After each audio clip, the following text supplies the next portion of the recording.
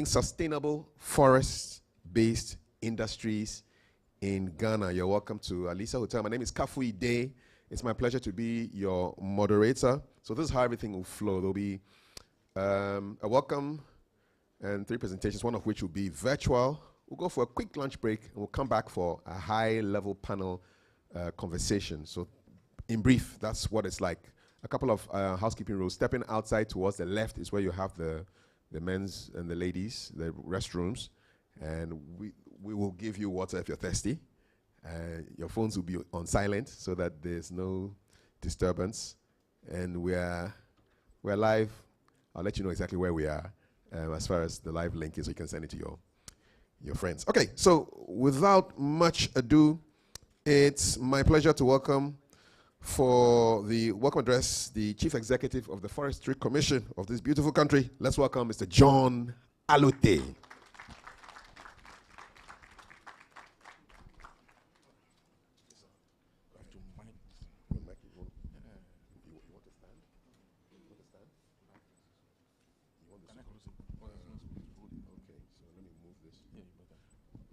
My AV people, can you please want to move this? Can we move this? I don't know.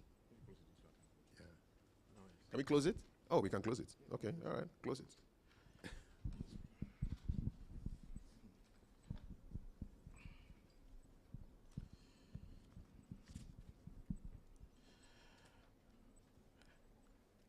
Professor Patrick Agbesinyale, the Chief Director of the Ministry of Lands and Natural Resources, a representative of the Minister of Lands and Natural Resources at this program, heads of institutions, directors, media, distinguished guests, ladies and gentlemen. It is a privilege and honor for me to welcome you all to this important national policy dialogue on the economic contribution and sectoral linkages of the forest sector to the national economy of Ghana. I extend a warm welcome to our esteemed partners from the Food and Agriculture Organization, the Wandel School of Forestry at the University of Georgia, the Ghana Statistical Service, and all the key stakeholders present. Globally, approximately 1.6 billion people depend directly on forests for their livelihoods, including around 300 million people living in forest areas, according to the FAO. Also, about 600 million indigenous people and local communities live in and are directly dependent on the forests. In Ghana, the forestry sector plays a pivotal role not only in preserving our biodiversity, but also in contributing significantly to the livelihoods of millions of Ghanaians. Notably, the forest sector provides the right microclimate for the production of key tree crops and foodstuffs in Ghana, such as cocoa. Forests are also livelihood source for forest fringe communities who derive various benefits, particularly the non-timber forest products. The forest is also a habitat for both plants and animal species that contribute to pollination and sustainable food chains.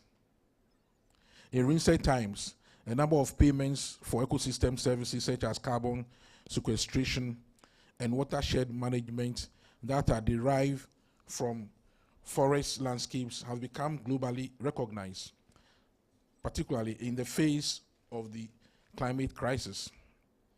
However, in the absence of holistic natural capital accounting processes, the true extent of the economic impact of forests is often underreported, leaving many of its contributions invisible to the broader economic narrative of our country. It is within this context that we have undertaken the technical assessment of these benefits in Ghana that form the basis for our convergence here today. Therefore, our objective over the next 2 days of dialogue is not only to disseminate some of these findings, but also to engage in constructive discussions that will lead to actionable recommendations. By the end of this dialogue, I'm confident that we will have a clearer roadmap to further integrate the forest sector into our national development strategies, ensuring that its benefits are fully realized and sustainably managed. Even though the discussions today focuses on Ghana, the residual actions will adopt and contribute to the holistic benefits of forest globally, particularly for indigenous people and local communities, industry, research, and academia. I thank each and every one of you for making the time to be here, especially our distinguished panelists, speakers, and all participants. Your presence is a testament to the collective commitment we all share in advancing the role of the forest sector in Ghana's development. Let us seize this opportunity to collaborate, share knowledge, and build a stronger foundation for the sustainable management of our forests as a contribution to the mandate of the Forestry Commission and its valued stakeholders. Together, we can ensure that the forest sector continues to thrive and contribute to the prosperity and well-being of our nation. Thank you, and once again, welcome to this pivotal dialogue.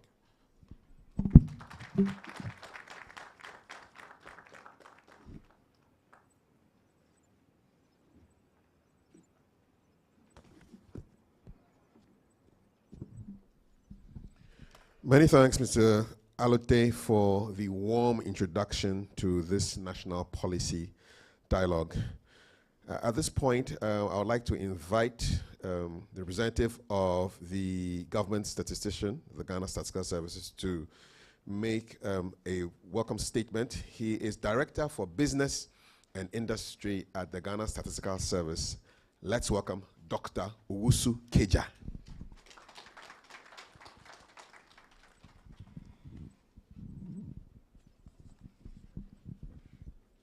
Thank you, Kafui. And can I humbly stand on the existing protocol to say good afternoon? Good afternoon. Good afternoon. Thank you very much. And so on behalf of the government statistician, the Professor Samuel Kobna Enim, I'm highly honored to deliver these opening remarks on this important occasion of the National Policy Dialogue on the contributions and sectorial linkages of the forest sector to the economy of Ghana. Ladies and gentlemen, the government statistician would have loved to be part of this engagement. However, he is currently attending to some other equally pressing assignments that are of national necessity.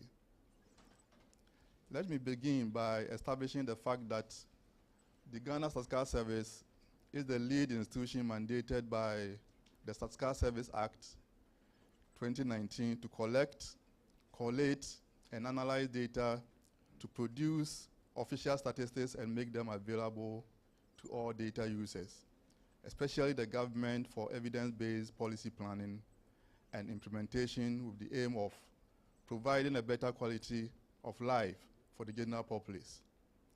It is important to note that the Statistical Service does this through innovative and collaborative means. Ladies and gentlemen, kindly permit me to mention two products that the service introduced most recently to help deepen the use of official statistics.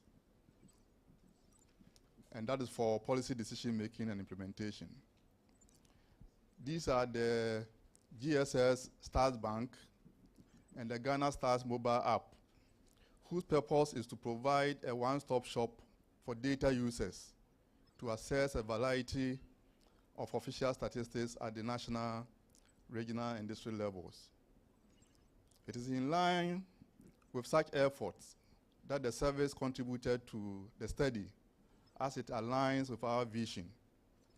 This dialogue is also occurring at a time of considerable change and excitement for the global data community, as efforts are increasingly being made to provide more timely, relevant, and quality official statistics for more effective evidence-based planning and decision-making in order to enhance socio-economic development.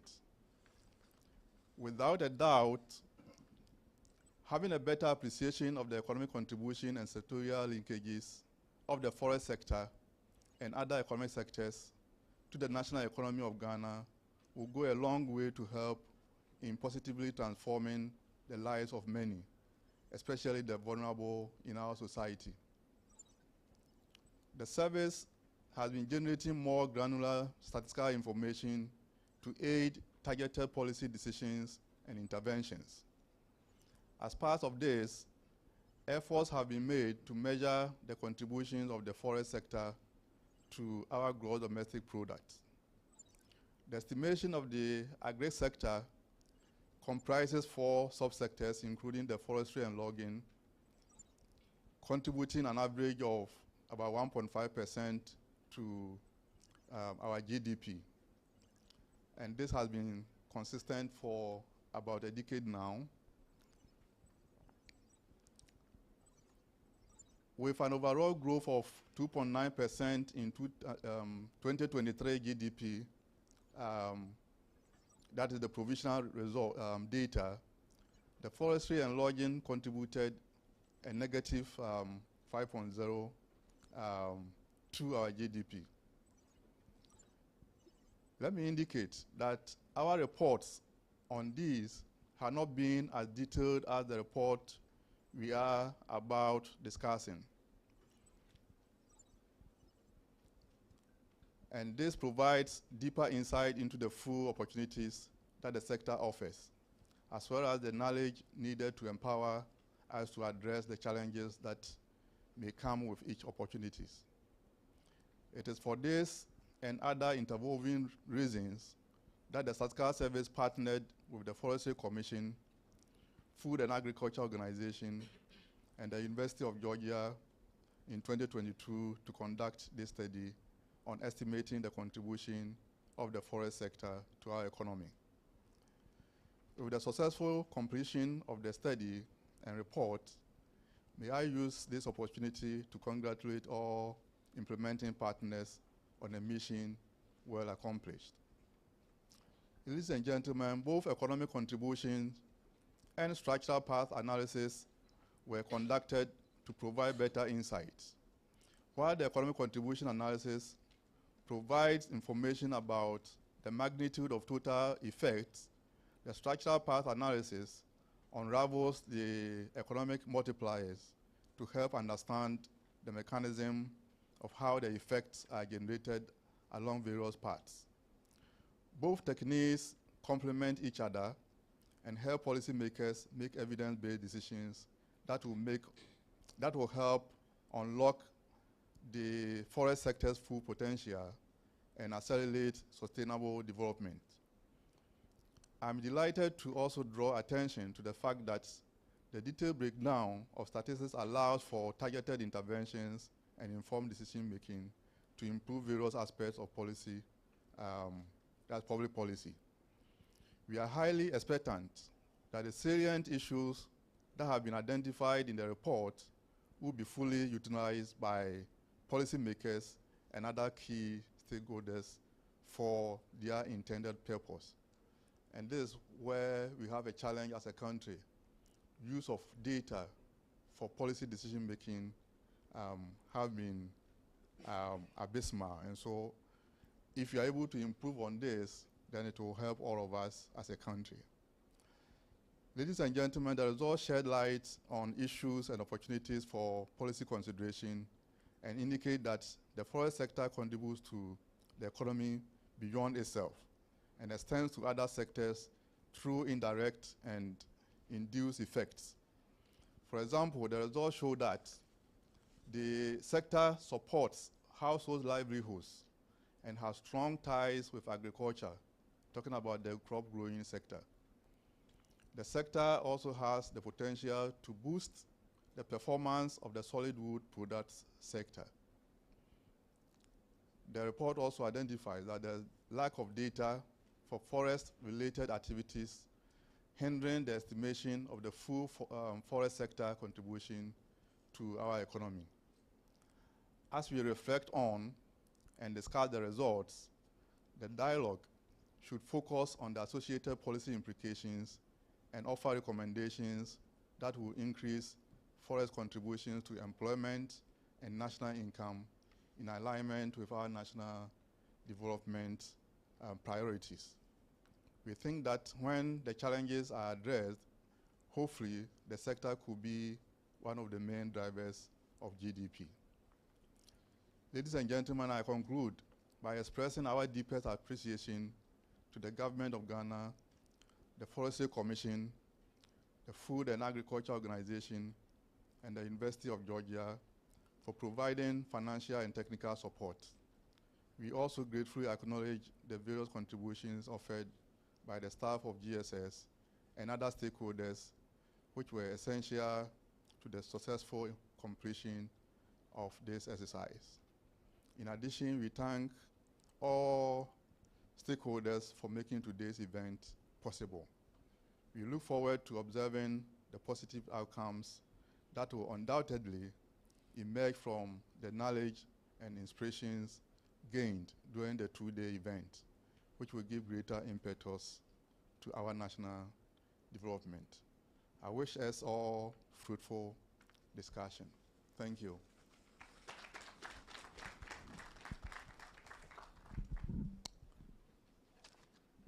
Many thanks, Dr. Owusu Keja, for your welcome statement delivered on behalf of the Government Statistician, Professor Samuel Enim. We have a second welcome statement, and this will be delivered by Senior Regional Resilience Officer and FAO representative. So our speaker is the FAO's representative in Ghana ad interim, appointed to this position on the 1st of July. She's performing the function concurrently with her responsibility as FAO Senior Regional Resilience Officer for Africa at the Food and Agriculture Organization of the UN, also based here in Accra. Our speaker has served with the FAO in different capacities in the past 2 decades, working on humanitarian response as well as the transition to efficient, inclusive, resilient, and sustainable agri-food systems. Let's welcome Senior Regional Resilience Officer and FAO representative, Ms. Priya Gujadur.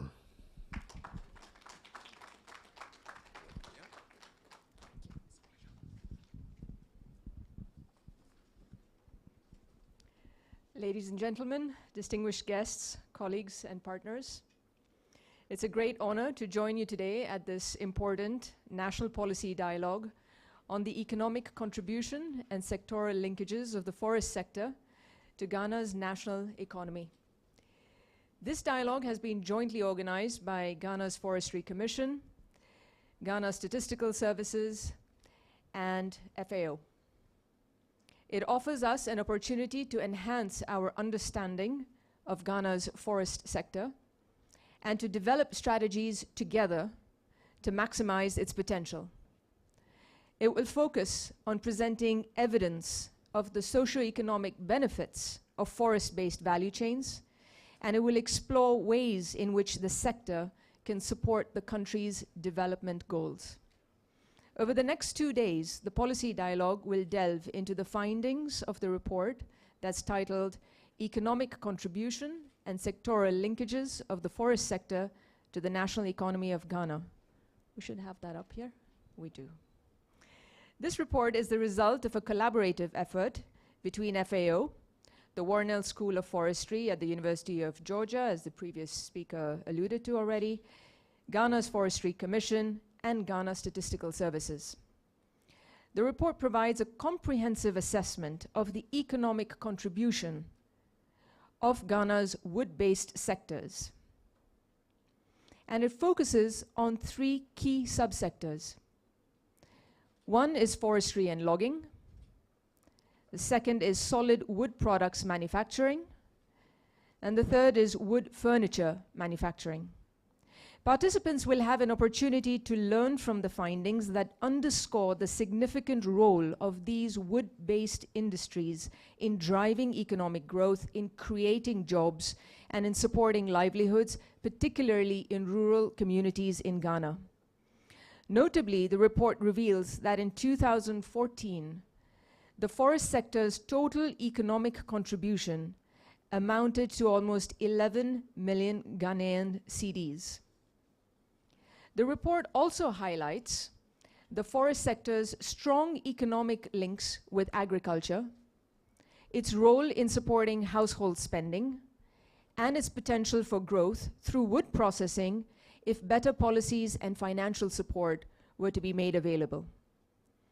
It also identifies challenges such as informality and inadequate data, and we heard a little bit about that as well, that need addressing to fully realize the sector's economic impact. Throughout this dialogue, we will also explore these findings in depth and develop actionable strategies to enhance the forest sector's contributions to Ghana's national income and broader development goals. This platform brings together a diverse range of stakeholders, government officials, private sector representatives, civil society organizations, researchers, and international partners to engage in meaningful discussions about the challenges and the opportunities facing Ghana's wood-based industry. As we engage in today's discussions, I urge all participants to consider how we can build on the evidence presented to strengthen the links between the forest sector and other sectors, particularly with agriculture, to maximize the sector's economic impact on household livelihoods. We must also identify strategies to support value addition of wood processing industries, to enhance data collection, and to promote sustainable practices that support both economic growth and environmental conservation. Your insights and your contributions during this event will be instrumental in shaping the future direction of Ghana's forest sector and its role in the national economy. Our collective aim is to develop a roadmap with actionable recommendations for sustainable forest value chains that align the growth of the forest sector with Ghana's objectives for climate resilience and sustainable development. In conclusion, I would like to extend my sincere thanks to Ghana's Forestry Commission, Ghana's Statistical Services, and to all our partners for their invaluable contributions to this report and for organizing this dialogue. Thank you very much.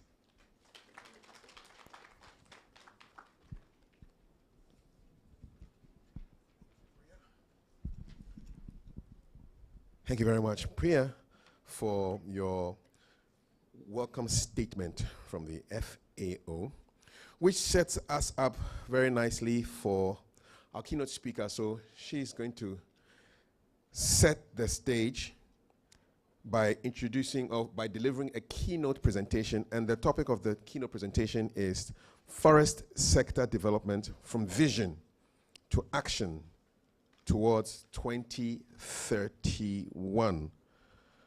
Our speaker is a senior advisor, governance, economics, and production, and secretary of the International Commission on Popular and Other Food-Growing Trees, Sustaining People and the Environment. Her career has a mix of experience in finance, as well as national policy making and global environmental governance, accumulated over more than 3 decades. After a 15-year tenure at the Brazilian National Bank for Economic and Social Development, our speaker served as Director of Climate Change of the Brazilian Ministry of Environment, Director of the Brazilian Forest Service, Executive Secretary of the Amazon Fund Technical Committee, and co-chair of the REDD Plus Partnership. She joined FAO in 2011, served as Deputy Head of the UN RED Program Secretariat before coming to Rome in Italy. In 2017, our speaker led the efforts converging into the Collaborative Partnership on Forests, a joint initiative, Sustainable Wood for a Sustainable World. Ladies and gentlemen, let's welcome, and she's not here, but she should hear the applause because she's coming virtually. Let's welcome our keynote speaker, who is none other than Thais Linares Juvenal. She's with the FAO, yeah. So that's it. So we're going to try and connect her at this moment. Let's have some music while we're trying to connect her. Yeah. Okay. She's on? Thank you very much. Okay, she's on. Me? We can hear you loud and clear in Accra. And can you see my screen? We would like to see your screen as well. Let's see your screen.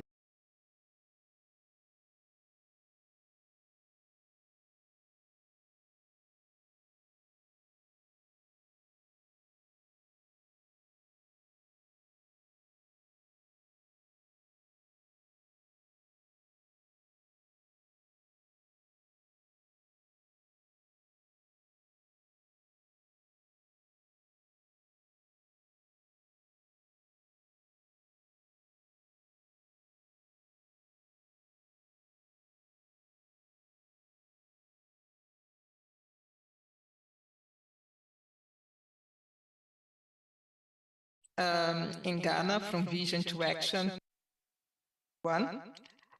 I had the pleasure to lead this work on the forest economic contributions and its linkage with other sectors, with Yanshu Lee, Richard Ben May, my colleagues in FAO, Natalia Pormenton Cardoso, and Shadow Sharing, and to have some exchange with the Ghana Forest Commission and the Statistical Authority. And not only to quantify the economic contributions, but also to clarify how these contributions take place. This work also highlights how the combination of statistical evidence and policy analysis is critical for advancing sustainable development. On this note, I really thank the Ghanese authorities for having engaged with FAO in this policy dialogue and for inviting me to make the keynote address. As we move with the presentation, I would like to use this slide to set the scene. We will focus on the global trends influencing forest development to support the discussions we will have in the rest of the dialogue. So I would like to start with some of the macro trends shaping forest development. We are entering the last 5 year period of the Agenda 2030. And we are certainly not on track to achieve the Sustainable Development Goals. We are lagging behind. Climate change is here, disrupting food systems, threatening livelihoods, and increasing vulnerabilities and inequalities. The UN decades on ecosystem restoration and on family farming are acting to address critical developmental challenges, the provision of ecosystem services, food production, and poverty. We know that extreme poverty is fundamentally rural. Nature offers many solutions that can support more sustainable and resilient rural and urban landscapes.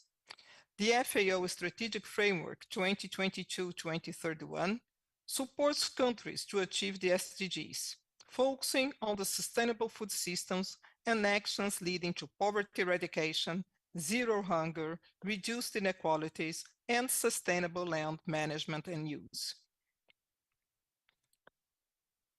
Striving to build carbon neutral economies and societies, including green cities.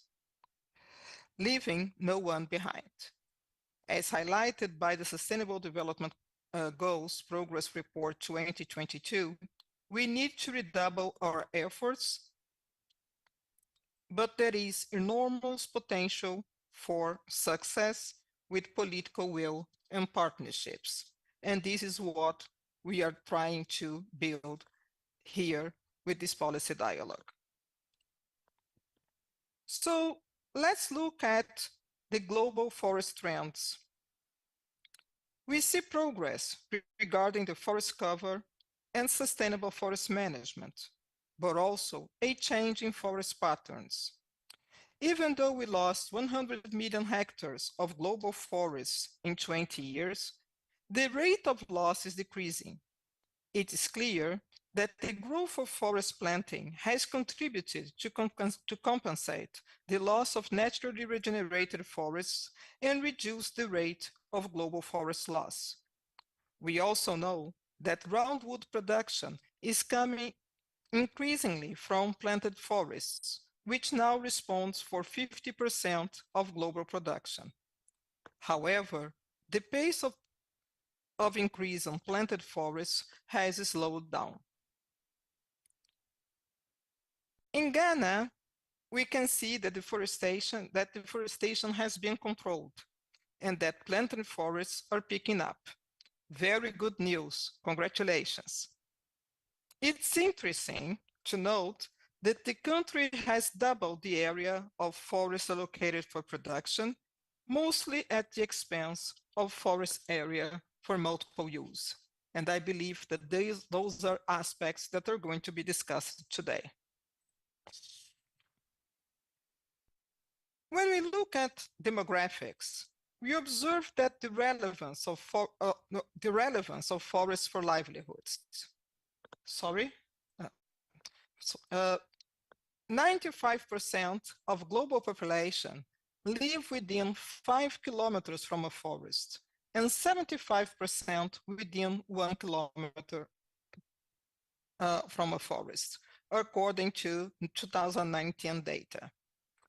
It's also possible to see the importance of trees outside forests. And here you have the map of trees outside forests. So, as we think of forest development, it is helpful to see how international forest governance has evolved, as it greatly influences national policy and investments. An assessment of international forest governance trends recently launched by IUFRO stressed the big themes of concern within international forest governance agenda, moving from sustainable forest management to halting deforestation and mitigating and adapting to climate change, eventually putting forests in a more central position in the sustainable development puzzle. These changes encompass the fight against illegal logging and connect with the restoration and biodiversity objectives. The private sector becomes a more prominent actor, and cross-sectoral and synergistical approach with increased focus on human dimension are incorporated, eventually leading us to the bioeconomy paradigm. The climate emergency and climate finance have become central to forest development, mostly through bioeconomy approach. This is a natural development considering the aggravation of global warming, which is taking place faster than expected and with not fully anticipated consequence. And here you see a bit of the museum, of climate change, when we see that at COP6, we worked at it's time to work it out, figuring out still the need to fight climate change. When it comes to the Glasgow Pact, when the time is now and eventually the time has passed and we need to take action, otherwise our time will be over soon. So the bioeconomy paradigm has gained traction. Bioeconomy still needs a common guiding framework.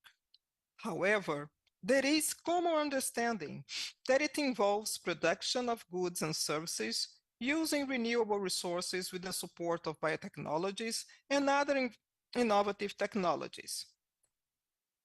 It's often associated with climate change.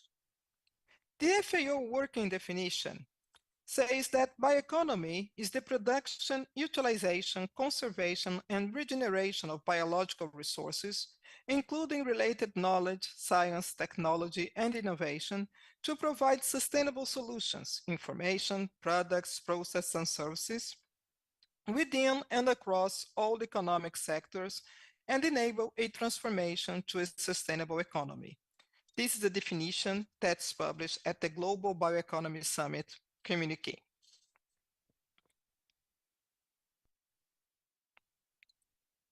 So forests contribute to the bioeconomy in manifold ways.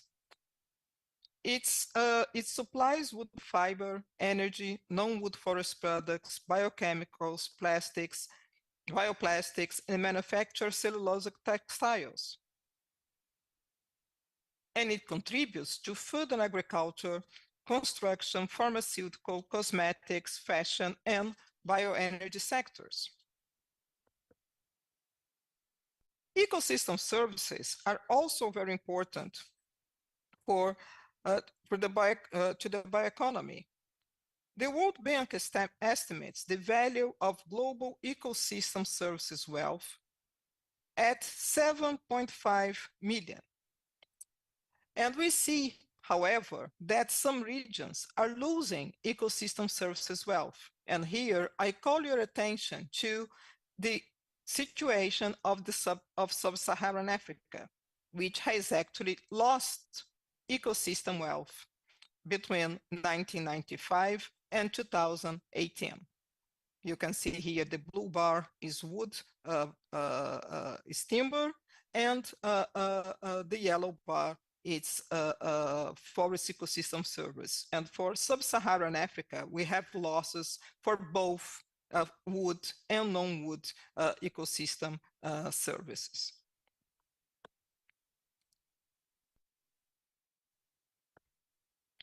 So the estimations, as I was saying, of the World Bank for global ecosystem services wealth reached 7.5 trillion US dollars, taking into consideration only recreation and hunting, water, and non-wood forest products. So another body of work that we did here in FAO, we know that in tropical forests, the provisional ecosystem services coming from wood and non-wood forest products are as important as regulation ecosystem services.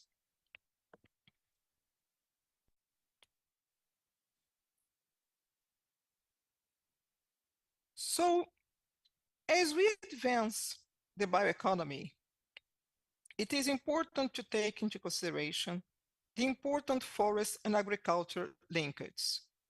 And this is something that will come up as we discuss the forest economic contributions to the economy later today. And it has already been highlighted by some of our presenters in their introducing welcoming remarks. There is still an enormous gaps in data for forest livelihoods, but we know that forestry and agroforestry complement agricultural revenues, that they support rural livelihoods, and that they support rural livelihoods. For instance, in 2020, agroforestry and tree crop production over 45.4 million hectares generated wood for commercial purposes. 28% of croplands and 21% of grasslands comply with the FAO definition of tree outside forests, confirming the potential for wood production in farms. Income and employment generated by forest products have been identified as relevant for fighting poverty in rural areas.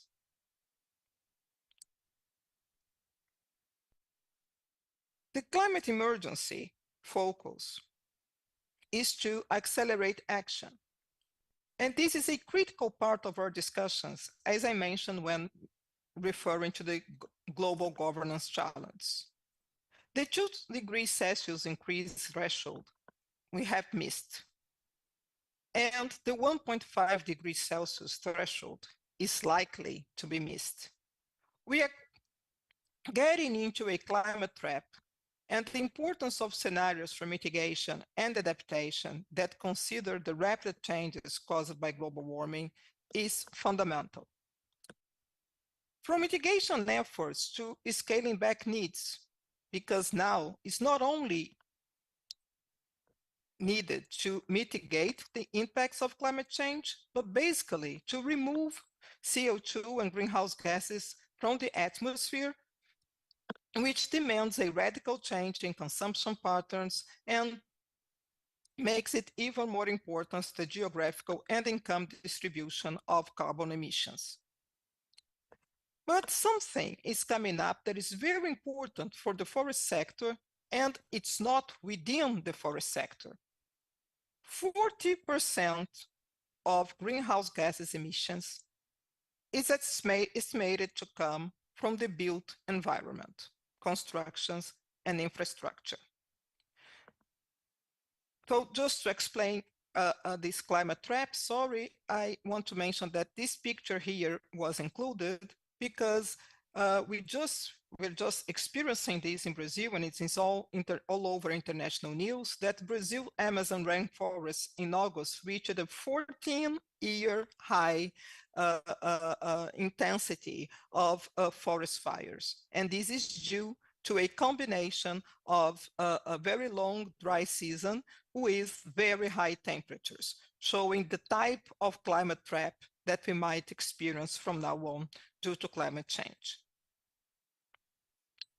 But coming back to our new element is this estimation about the contribution of the construction, the built environment, construction and building sector to these, an infrastructure sector, sorry, to climate change. And this has brought many scientists to come up with what is called, in general terms, the wood solution.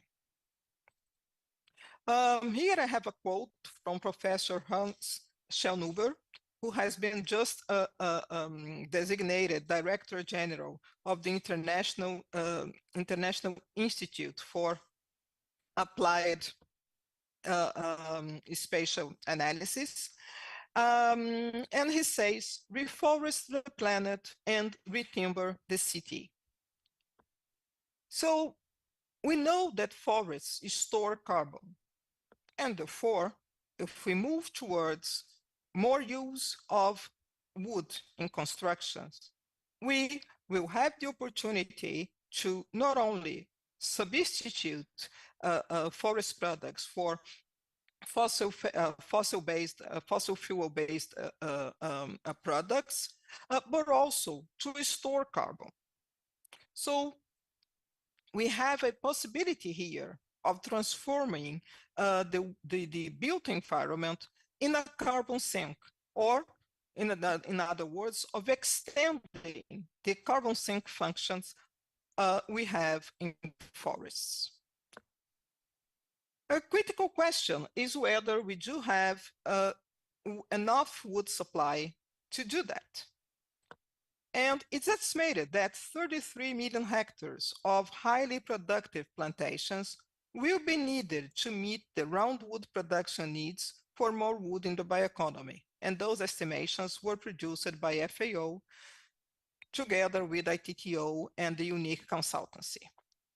But another estimate is very interesting. It says that if 90% of new residential and commercial buildings constructed by the end of the 21st century are made in wood, the world will need 143 million hectares of forest plantations.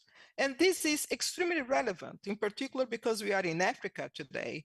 And when we speak about Africa, that is a country experiencing very fast urbanization, we need to make choices.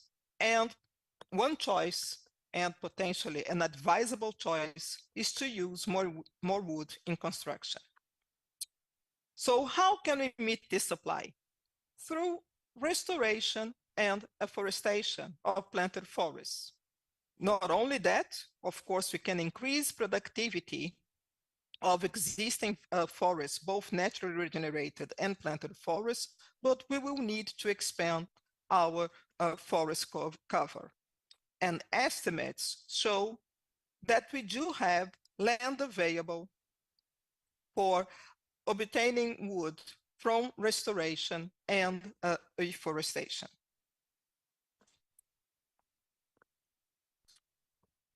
So what are the innovations that we will need for scaling up sustainable wood use? We can scale up production capacity for regionally sourced materials, creating new products for underused residues such as bark, sawdust, and pine cones to optimize material use. We can embrace methods like prefabricated mass timber construction, bamboo, and utilization of reclaimed wood. Adopting sustainable practices in production of packaging and textiles, for example, shifting from viscose to rayon and lyocell. And indeed, textiles is one of the most promising sectors together with construction, where we can use wood-based products for reducing the fossil fuel footprint. And integrated resource policy optimizing provision of ecosystem services and goods, including wood.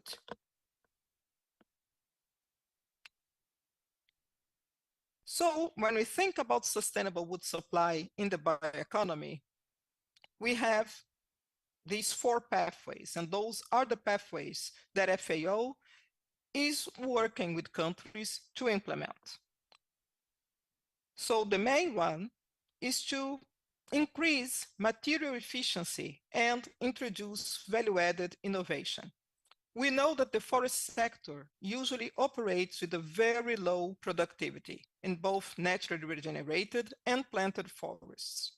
So increasing material efficiency and also the forest efficiency, the forest harvesting efficiency is a very important process, and increase value addition per hectare.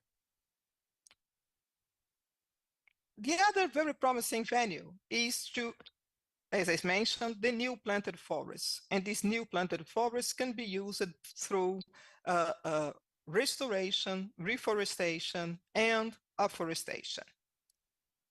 Another very important pathway is to improve productivity of naturally regenerated and planted forests, as I mentioned. And we need also tree growing and agroforestry. Not all wood will come from forests. We have a very high potential, and I showed that in the beginning of this presentation, to increase wood production also in agroforestry systems. So what are the recommendations I would like to leave you today when you think of the forest development, the forest sector development in Ghana? The first one relates to data. We cannot solve a problem if we don't know the problem.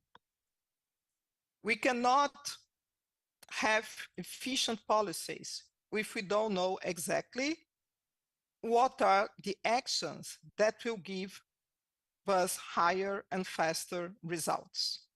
So improve data collection and analysis to better explore the opportunities created by the economic linkage of forests to other sectors. And this policy dialogue today is a very good step to that. And I really congratulate Ghana for taking this in-depth discussion. The second recommendation is to support expansion of higher productivity forestry, agroforestry, and tree growing in coordination with value chain development and adoption of technology and innovation in all segments. You surely know that FAO just launched a State of the Forest 2024 focus on innovation. And there are several innovations from monitoring to harvesting to wood processing to policy innovation that can be adopted, and that it's possible to learn from other country examples. And you certainly have knowledge in Ghana as well, and can build on traditional knowledge to make this, to take this step to really elevate productivity of forestry and agroforestry and the benefits generated to livelihoods and to the environment. And the third recommendation is to raise awareness and build capacities to develop a forest-based bioeconomy coherent with restoration strategies and urbanization needs. So, taking advantage of all this new technology, supporting the use of wood in different sectors, in particular in construction. I would like to highlight that these recommendations and the discussions that are taking place today in this policy dialogue, they are fully coherent with recommendations coming from the African Forest and Wildlife Commission, the AFWC, which invited members to ensure food security and other livelihoods needs are integrated in forest policies to support the communities and indigenous peoples, including men, women, and youth, through increased coordination with agriculture, forestry, and other relevant sectors while responding to the changing climate. A second recommendation coming from the Commission is to, the Commission urged members to engage with the private sector to protect ecosystems and contribute to green cities, as well as adopt climate-smart agriculture. And finally, the Commission requested members to collaborate and develop coherent programs and approaches, implement laws, policies, and strategies that empower communities, secure the use and access rights, and support them to combat illegal activities in the forestry sector. So we have here very clear recommendations, and we can see also that this reflects the discussions taking place in the African continent. So I would like to finalize my presentation, showing you this nice picture taken at the occasion of COFO 27 last July. And this is part of the FAO and the Collaborative Partnership on Forests, the CPF campaign, Grow the Solution. So this is not a billboard. This is not just a billboard. And you can see, I hope you can see that this is a wooden billboard. So this is not just a billboard. This is a climate solution. And indeed, forest is a climate solution, and wood is a very noble forest product and is a climate solution. But we should think of forest development as a mix of all its products and ecosystem services, and fundamentally including the solutions. Forests are a solution, and we shall make use of it in the smarter way possible to tackle the climate emergency and achieve the Sustainable Development Goals. Thank you very much. Thank you. Obrigado. Thank you so much. This is Thais Linares Juvenal from FAO, reaching us by the power of technology from Rome all the way to Accra. Thank you for a very insightful keynote address. There's one thing that you said that stuck out. If you do not know the problem, there's no way you can solve it. And that applies not only to forests, but anything else in life. Thank you so much. We're really appreciative of your keynote. You've given us a lot to think about for our national policy dialogue on the forestry sector. At this point, we would now take a statement from the representative of the Ministry of Lands and Natural Resources. The minister's representative is here. He's in the person of the Chief Director of the Ministry of Lands and Natural Resources. Let's welcome Professor Patrick Agbeshinyale.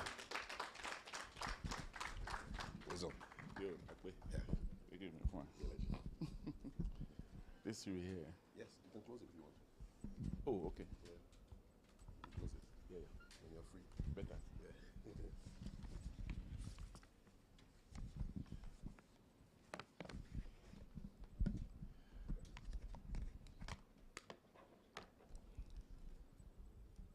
So, good afternoon, distinguished ladies and gentlemen. I hope you are not sleeping.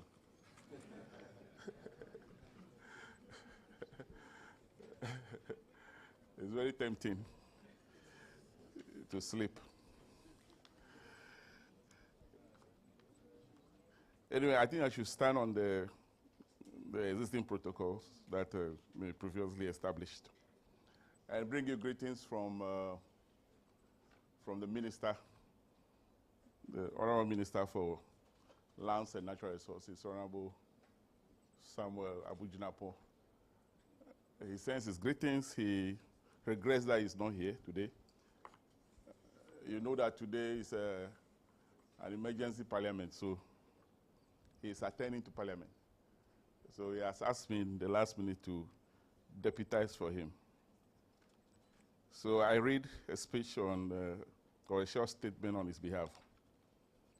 So distinguished ladies and gentlemen, it is a great pleasure for me to join you this afternoon at this important national policy dialogue on the economic contribution and sectoral linkages of the forest sector to the national economy of Ghana. On behalf of the Ministry of Lands and Natural Resources, I extend warm welcome to each of you for being part of this event. I would like to express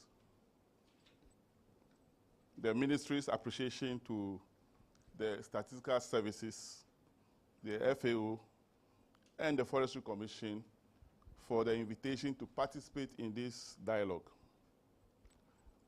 This dialogue is indeed a significant step in creating visibility of the contribution of the sector, of the forestry sector in national development.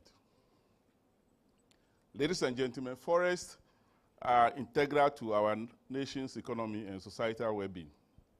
They support livelihoods, provide raw materials, and contribute to climate resilience.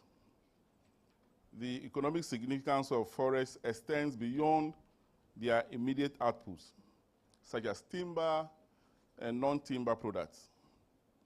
Forests are vital for maintaining ecological balance, regulating water cycles, and preserving biodiversity, all of which are essential for sustaining agriculture and other key economic activities. For instance, the agriculture sector relies heavily on the ecosystem services provided by forests, such as soil fertility and water retention, which are critical for crop production. Similarly, the construction industry benefits from the availability of sustainable timber resources, while the energy sector increasingly looks to forests for renewable energy solutions, including biomass. However, the lack of formal recognition and the challenges in quantifying the sector's contribution have led to its marginalization in national accounting and policy frameworks. The forest sector is often overshadowed by other industries when discussing national economic performance, yet its impact is profound and far-reaching. Let me pause here and Madam FAO representative, in your speech you alluded to the fact that in 2014, Ghana's forestry sector contribution to the national economy was 11 million. I think you should look at that again. It's billion also. It should be billion. So look at it again. This dialogue, therefore, presents a timely opportunity to shed light on the vital role of our forests and on the vital role our forests play, not just as environmental assets, but as the key drivers of economic growth, employment, and national development. Distinguished ladies and gentlemen, by engaging experts, policymakers, and stakeholders from various sectors, we can begin to address the gaps in data collection and reporting, ensuring that the forest sector is accurately represented in our economic assessments. Moreover, by understanding the sector's linkages with other sectors, we can identify opportunities for synergies that can drive innovation, create jobs, and foster sustainable development. This particular event is therefore a good platform for us to rethink our approach to forest management and to design strategies that fully integrate the forest sector into our national development agenda. Ladies and gentlemen, as part of the numerous benefits we derive from forests, deforestation and forest degradation due to illegal logging, illegal mining, i.e. galamsey, and wildfires remain a great challenge that threatens the sector's sustainability. Climate change also impacts heavily on the forest ecosystem and the sector's resilience. Consequently, in order to maximize the forestry sector contributions and address the challenges, the Ministry of Lands and Natural Resources, in collaboration with its agencies and other partners, is implementing a number of policy initiatives and interventions. These include sustainable forest management practices, the flagship Green Ghana project, the National Afforestation Program, promoting private sector investment in forest plantations, reducing emissions from deforestation and forest degradation, that's REDD+, both in the cocoa and share landscapes, the Cocoa and Forest Initiative, CFI, and also enhancing forest law enforcement. In addition to the above, the President of the Republic of Ghana, Nana Addo Dankwa Akufo-Addo, at COP28 held in the United Arab Emirates in December 2023, launched the Ghana Resilient Package, which is a climate action plan that aims to strengthen Ghana's economy, protect and restore the country's forests, reduce greenhouse gas emissions, and promote sustainable development. The government of the UAE has made a pledge of $30 million United States dollars to support Ghana Resilient Package. The plan is part of the Forest and Climate Leaders Partnership, of which I am a co-chair as the minister. All these initiatives mentioned above have been instrumental in restoring degraded landscapes, increasing forest cover, and aligning our forest management practices with global climate action goals and nationally determined contributions. However, we recognize that there is still much work to be done. This policy dialogue will help us identify new opportunities for collaboration, investment, and policy innovation. Our contribution to the forest sector is rooted in the understanding that forests are not just resources to be exploited, but vital assets that must be managed sustainably for the benefit of current and future generations. Ladies and gentlemen, as we engage in discussions over the next 2 days, I urge all participants to consider how we can collectively enhance the forest sector's contribution to our national economy.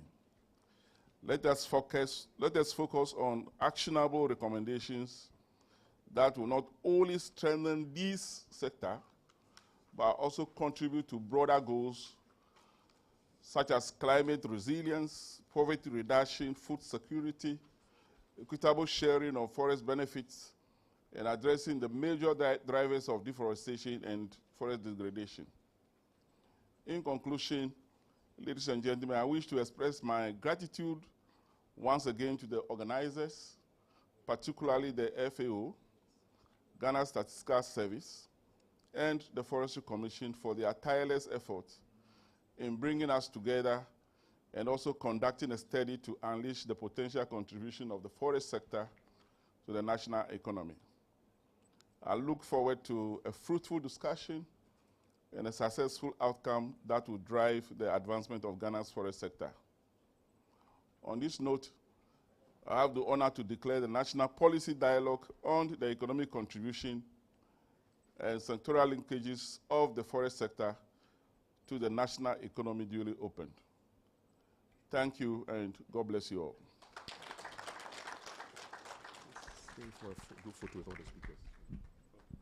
Thank you very much, Professor Agbeshinyale. He will stay for a group photo. We'll have also Mr. John Alete join him up on the stage here. We'll also have Dr. Usu Keja, please join, and then also have Priya Gujadur also join for a big group photo before we go for lunch. Yes. All right. Tay, there you go. Yes. So, can we have the lady break up the male dominance? Yes, right there. Yeah, okay. Okay. Let's confirm they are all smiling.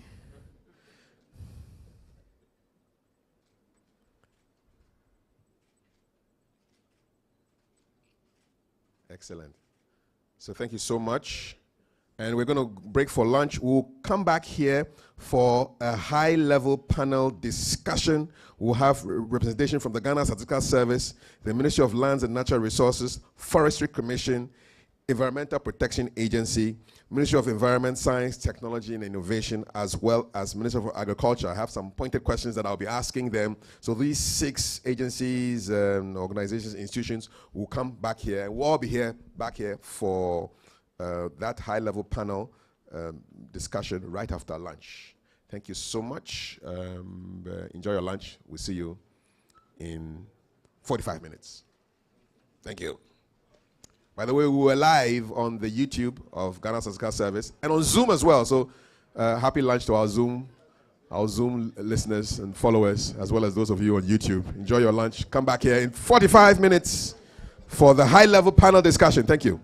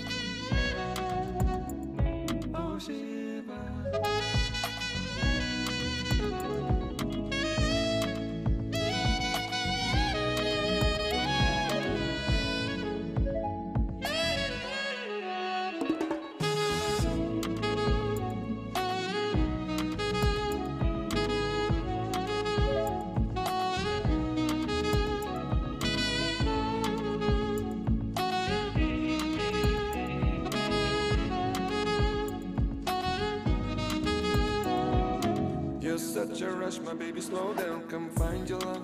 I'm hoping you see me, come serve it up. Loving when you serve it up. That body belong on TV. Oh, this feeling I can't hide. You're feeling up my mind, and I just don't know why. I just don't know why.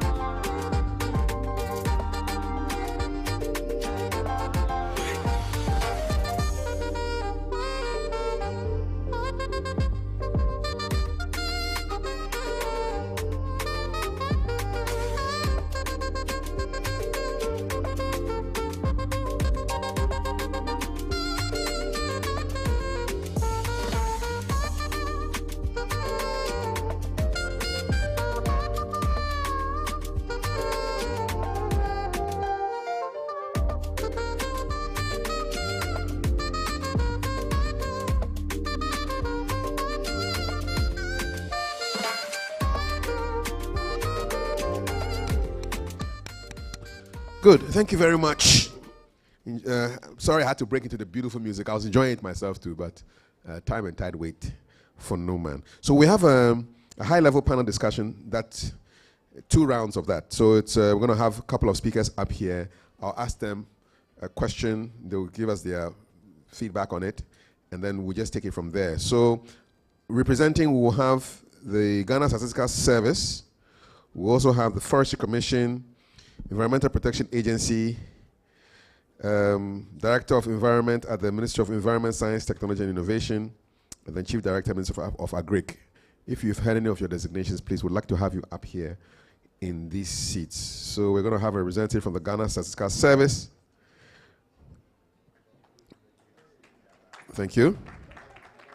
We're going to have the Forestry Commission has a representative. I know I saw.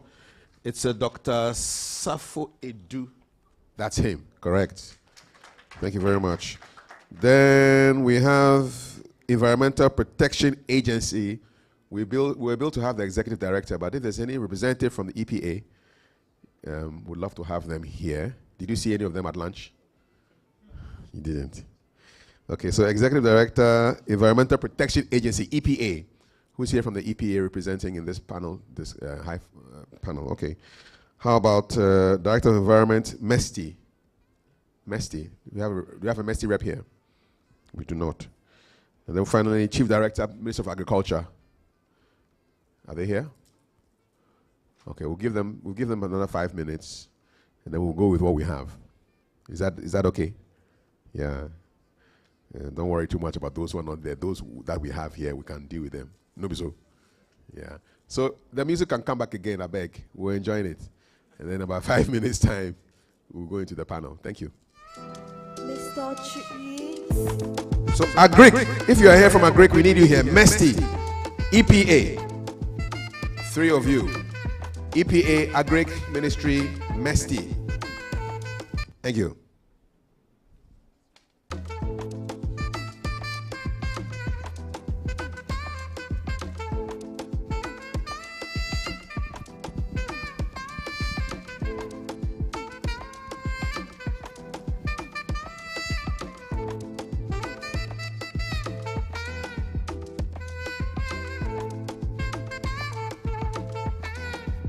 I'm just curious, is FAO here? FAO?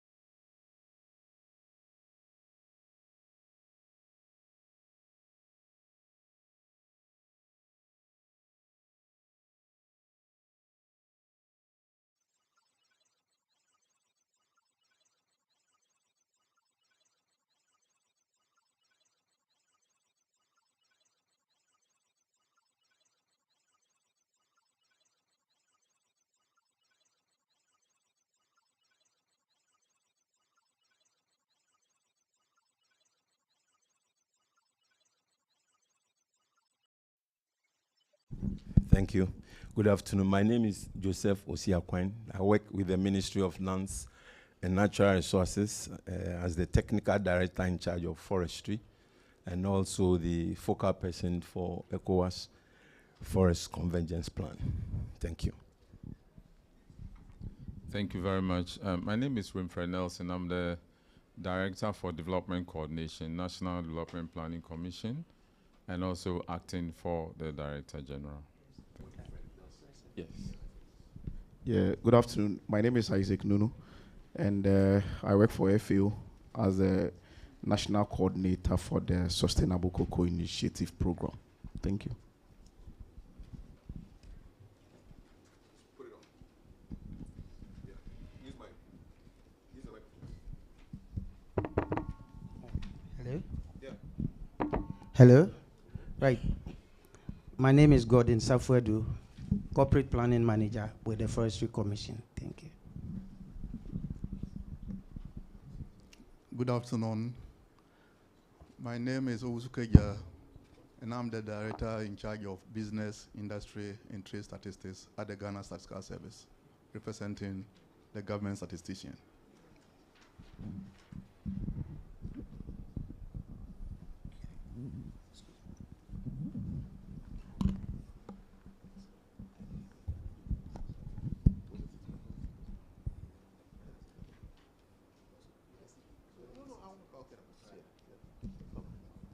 I was only warming the seat for the professor. Please come.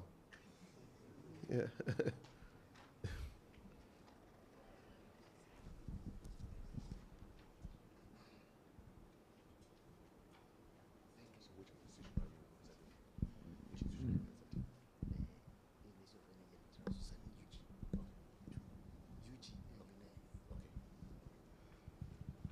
Okay, so we'll go straight to business. I'm going to start with the representative of the government statistician. That's you, sir.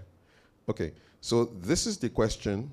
At this policy dialogue, we'll learn about some exciting new data and statistics, including the revelation that Ghana's formal forest sector's total contribution to the national economy in 2014 exceeded 3 times the direct economic value, and that forest subsector activities can drive growth in other economic sectors through value chain activities. Do you see potential for policies to strategically leverage this data to advance sustainable forest production, utilization, and local livelihood enhancement?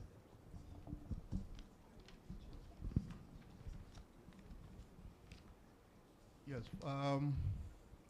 Let me begin by saying that there's a popular saying which goes like, if you cannot measure, you cannot manage. And so for us at Ghana Statistical Service, we are always happy when we are able to measure the key indicators that as a country we want to develop with. And going by the SDG goals, we say we are not leaving anyone behind. And therefore, we at Statistical Service usually are not happy when we are only concentrating our efforts at the bigger picture. So we say GDP is so and so. The population is so and so. That for us doesn't help. And so we always want more granular statistical information that will help policy decision making. And therefore, this report that we're looking at, gives more granular information, more detailed information, looking at both the forward and backwards linkages, linking them to different areas of the economy, which for us is helpful. And therefore, once we deepen our effort in this area, we believe that it will be helpful to us as a country. based on this information we have had, we think that we can even do more by constructing a forestry satellite account, which will also help us to do more analysis in terms of the linkages. And I like one of the recommendations that the keynote speaker gave, that we should give or improve on data collection and analysis. And therefore, this is what, for us as a country, we need to work on, making sure that we get more data to improve on our analysis and use. Statistical Service has also been looking at other non-traditional areas of data collection. And so over the years, the concentration has been censuses, conducting censuses, surveys, and putting together administrative sources of data. But quite recently, we are also adding on to these non-traditional areas. And so we believe that getting data on satellite imagery, for instance, from the Forestry Commission, I believe, we can complement some of this information with what we have now and what we can do as a country to improve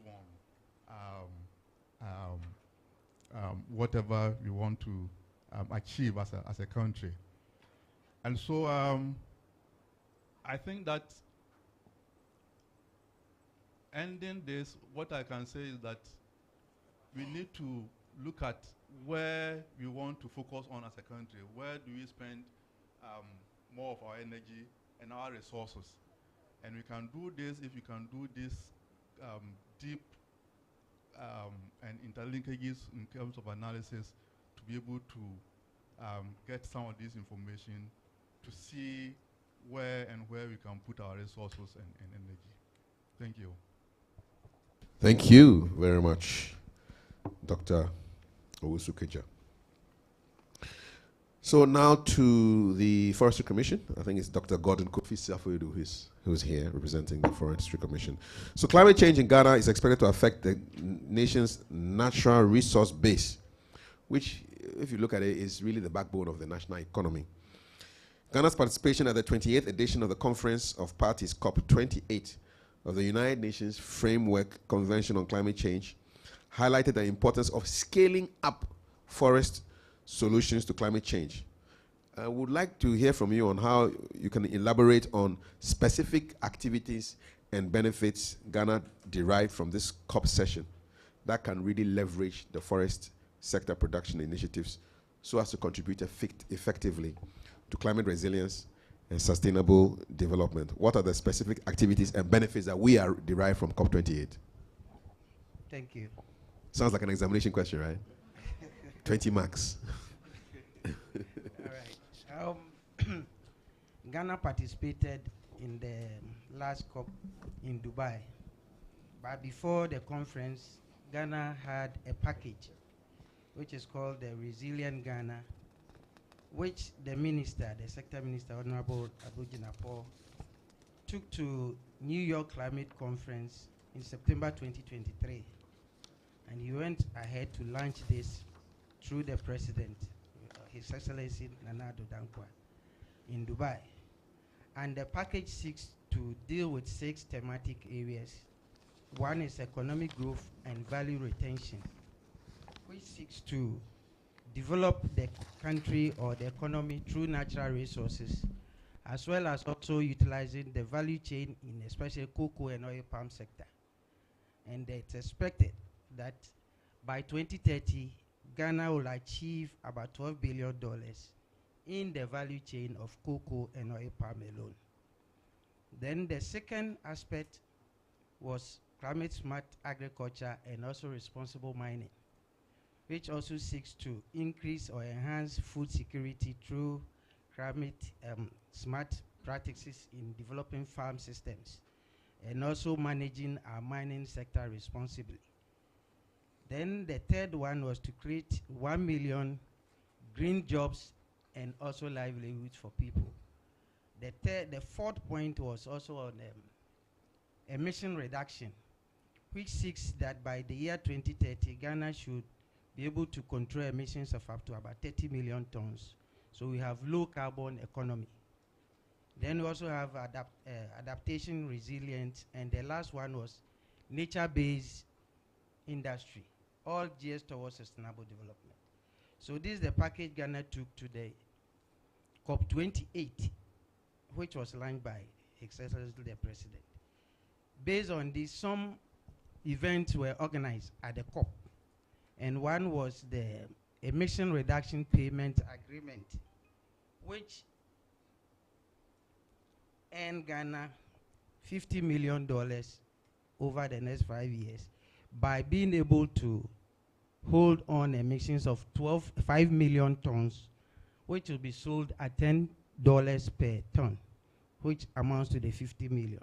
So that was agreed with the Emergent Forest Finance Accelerator through the organization we called Lowering Emissions Through Acceleration of Forest Finance, which has been agreed upon and document has been signed, for which Ghana is to benefit as a program under the COP28 that happened. Then again, there was also a Red Plus event, which seeks to build on inclusion of local communities. Now, in international conference sector, there's something we call IPLC, which simply is indigenous people and local communities. In Ghana, we do not have indigenous people, but we have local communities to benefit, and for which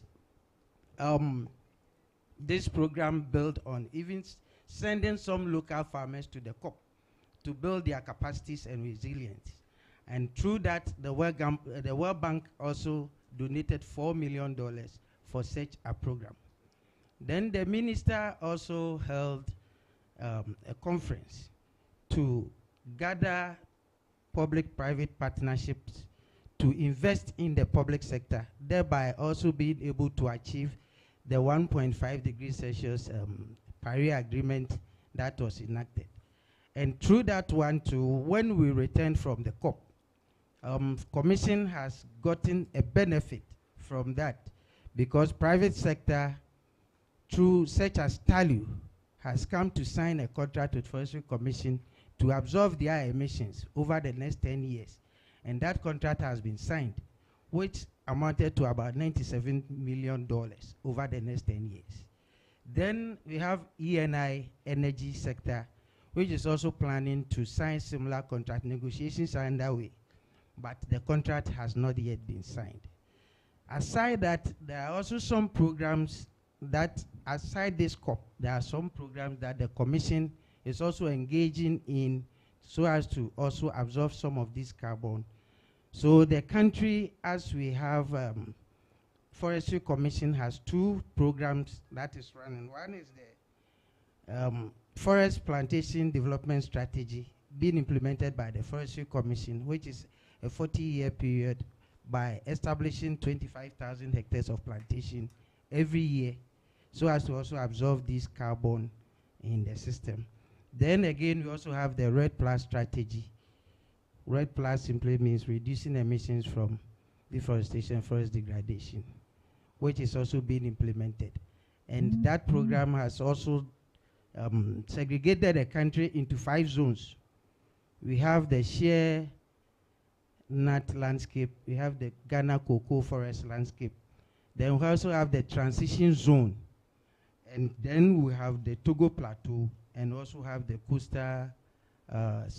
coastal mangroves restoration. Out of these 5 zones, 3 of these projects are being implemented and have funding.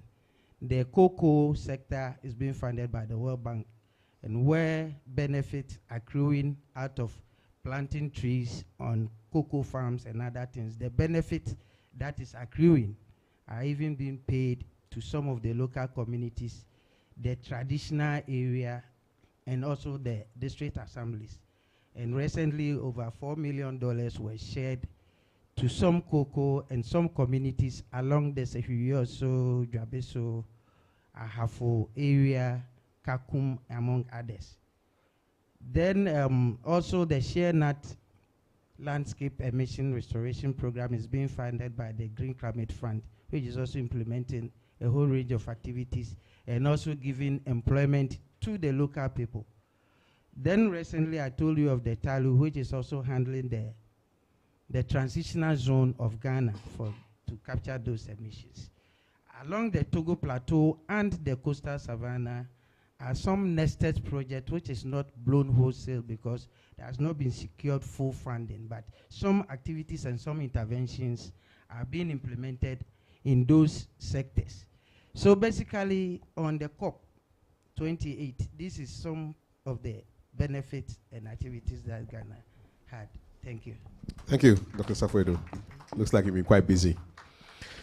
So the next person to make input into this high-level panel is Dr. Isaac Nunu, who's an agricultural and natural resource economist and sustainable cocoa specialist with over a decade of experience, currently serving as a national coordinator for the Sustainable Cocoa Initiative at the Food and Agriculture Organization, FAO.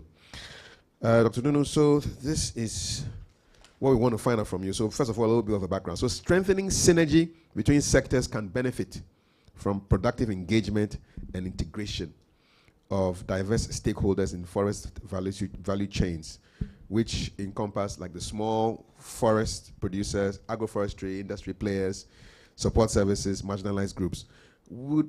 From you, we would like you to provide some insights into strategies for Ghana, which can foster inclusive policy responses which target these groups that I mentioned, the forest producers, agroforestry, industry players, support services, marginalized groups, so as to amplify their role and the positive impact of the forest sector on household livelihoods and poverty eradication.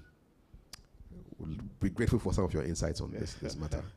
Another WAEC question, eh? These are 20 marks. Yeah, I'm telling 30. you. Yeah. Thank you very much.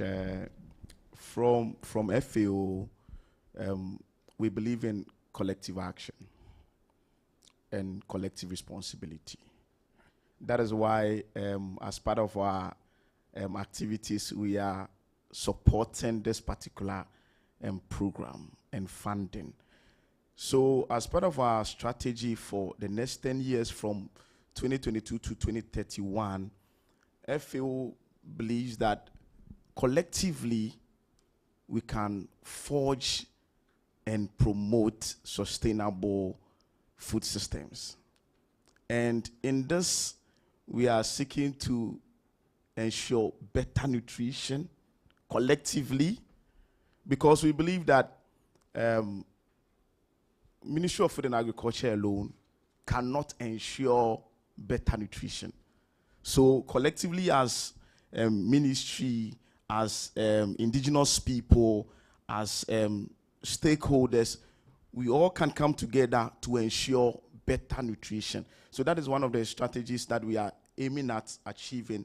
So better nutrition, then better environment collectively as FAO. So whilst we look forward to getting to a better nutrition, better environment, also better production as an organization, we are all working together collaboratively to ensure better production. And the last one we are aiming at achieving is better income for all. But the big one is that not leaving anyone behind. So, not leaving anyone behind, smallholder forest producers, smallholder farmers, indigenous people, and also private sector, government sector. So we see that all of us have got roles to play in achieving this strategy. And this strategy supports government strategy as a country. So FAO is working together with other partners to support the government of Ghana, because we are working for Ghana and also supporting the things happening in Ghana. So as FAO, one of the things that strategies that we are looking at or promoting and supporting is ensuring a collective action. in this case, a multi-stakeholder dialogue or platform or system like we are doing now. And one of the biggest, if I am permitted to announce, that we'll be doing very soon, coming at the end of the month, is putting together all the stakeholders in the cocoa supply chain. And that is going to be the Ghana Cocoa Monitor, bringing all the stakeholders within the cocoa supply chain together to a common platform to sit around the table, discuss issues pertinent to the cocoa sector. I know very soon government is discussing to review the prices of cocoa. So in this monitor, something like this will probably be discussed there before it will get to the next level of discussion, because all the stakeholders will be there. So one thing, FAO strategy that we are looking at is getting a multi-stakeholder platform that will bring all stakeholders together to agree on a common front, agree on a common objective, that is ensuring that our forest becomes sustainable. So FAO is supporting in this direction, supporting multi-stakeholder platform, multi-stakeholder dialogues, and also sponsoring some of this so that people could be able to bring their opinions could be heard, they could be recorded and also considered when it comes to the issues of policy. Many a times when government puts out policies, there are other agencies or minority groups that sometimes would want to fight it because they think their opinions were not sorted and they think they were not considered. But one of the things that I feel we are championing in this strategy is to ensure that everyone's voice is heard. And in that case, if we are having various groups identified, because the groups are so many, if all these groups are identified, they come together to be on a single table to have that policy dialogue. If we also believe as a strategy that there's a need for a lot of education when it comes to forest issues and things that could help sustain our forest. When Doc was speaking, he was making mention of certain projects that are running and across the landscapes. And the question is, at the end of the project or at the end of the program, how many smallholder farmers or indigenous people or individuals are going to benefit from the program?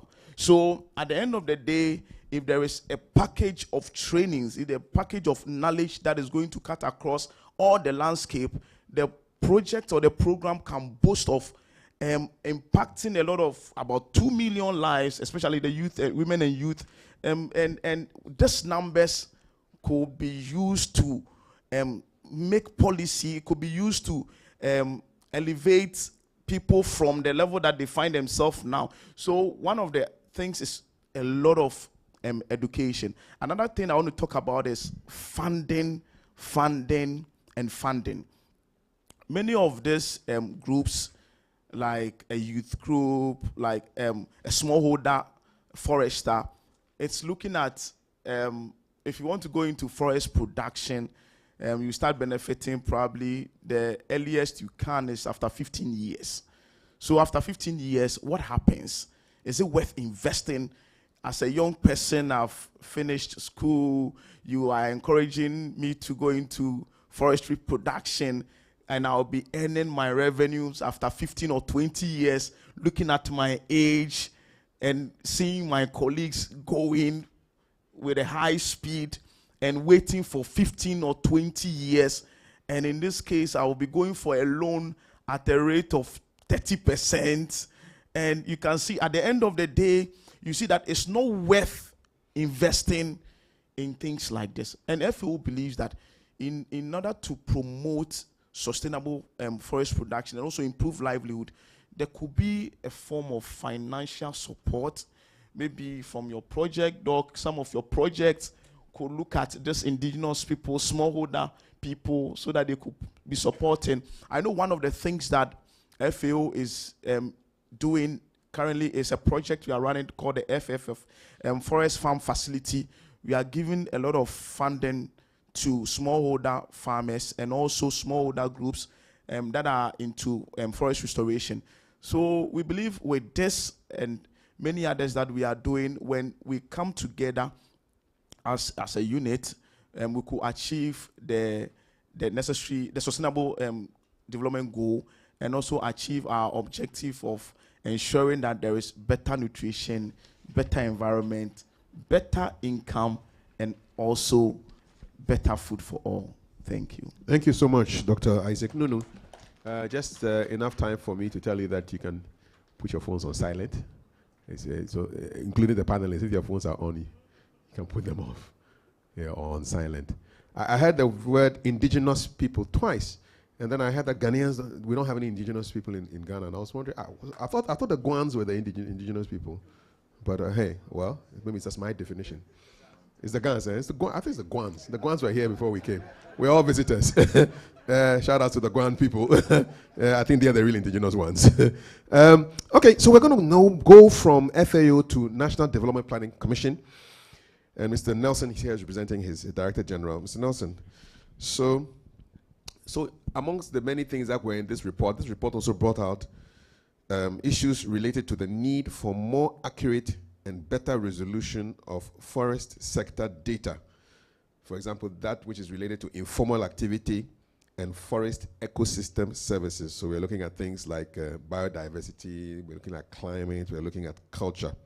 So you wanted to relate them to mainstream national statistics so that we can reflect the true contribution of the forest sector to Ghana's economy. From your perspective of the NDPC, what are the challenges and opportunities of dealing with forest production and economic data to support public policies which are aimed at sustainable development of Ghana's economy? Start work.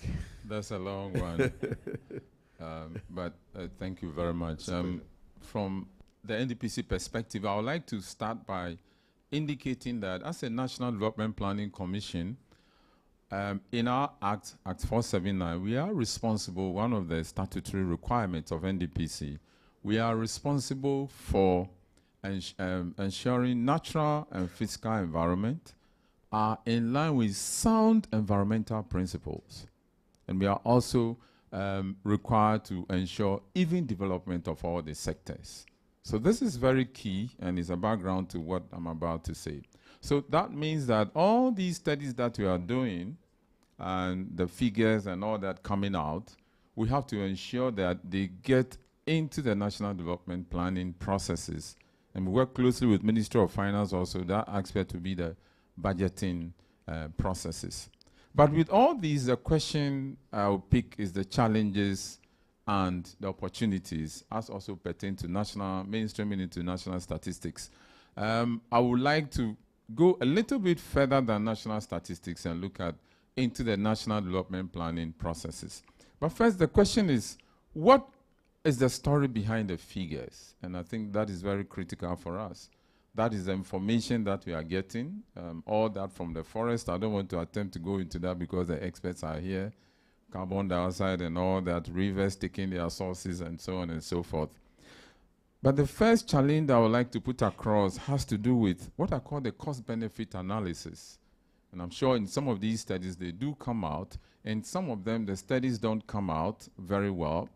But if you go to Costa Rica, Colombia and the rest, there's a dichotomy. Where you have rich metals underneath, you tend to have rich forest on top. And the question is, what do you do? Some countries have been able to say that, leave the gold underneath, okay, and let me benefit from the forest. And these are some challenges that we have. It comes with bold decision. And it takes me also into what I call packaging. So packaging the right information that we have, how do we package it in a way that will convince those that the final decisions rest with them? Policy negotiation and all that. These are quite challenging because all that we are doing at the end of it, we have to take a decision. And how do you convince those that the final decision rests with them? The Ghana people will say, who will hold a stick for a dog to bite him? Because the gold is underneath, why should I be hungry? So the forest must come down. But how do we reverse it like some other countries have been able to do? These are all challenging issues that we need to look at. The sectorial linkages, and I think that's one of the major themes of what we are trying to do. Unfortunately, and that's what my division does, development coordination, we are trying to strengthen coordination within the entire system. Most of the institutions do what I call, they work in silos. But if you take forestry alone, look at how it cuts across, including tourism and all that. So how do we strengthen coordination? And it's also one of the challenges. Policy issues, you find them conflicting.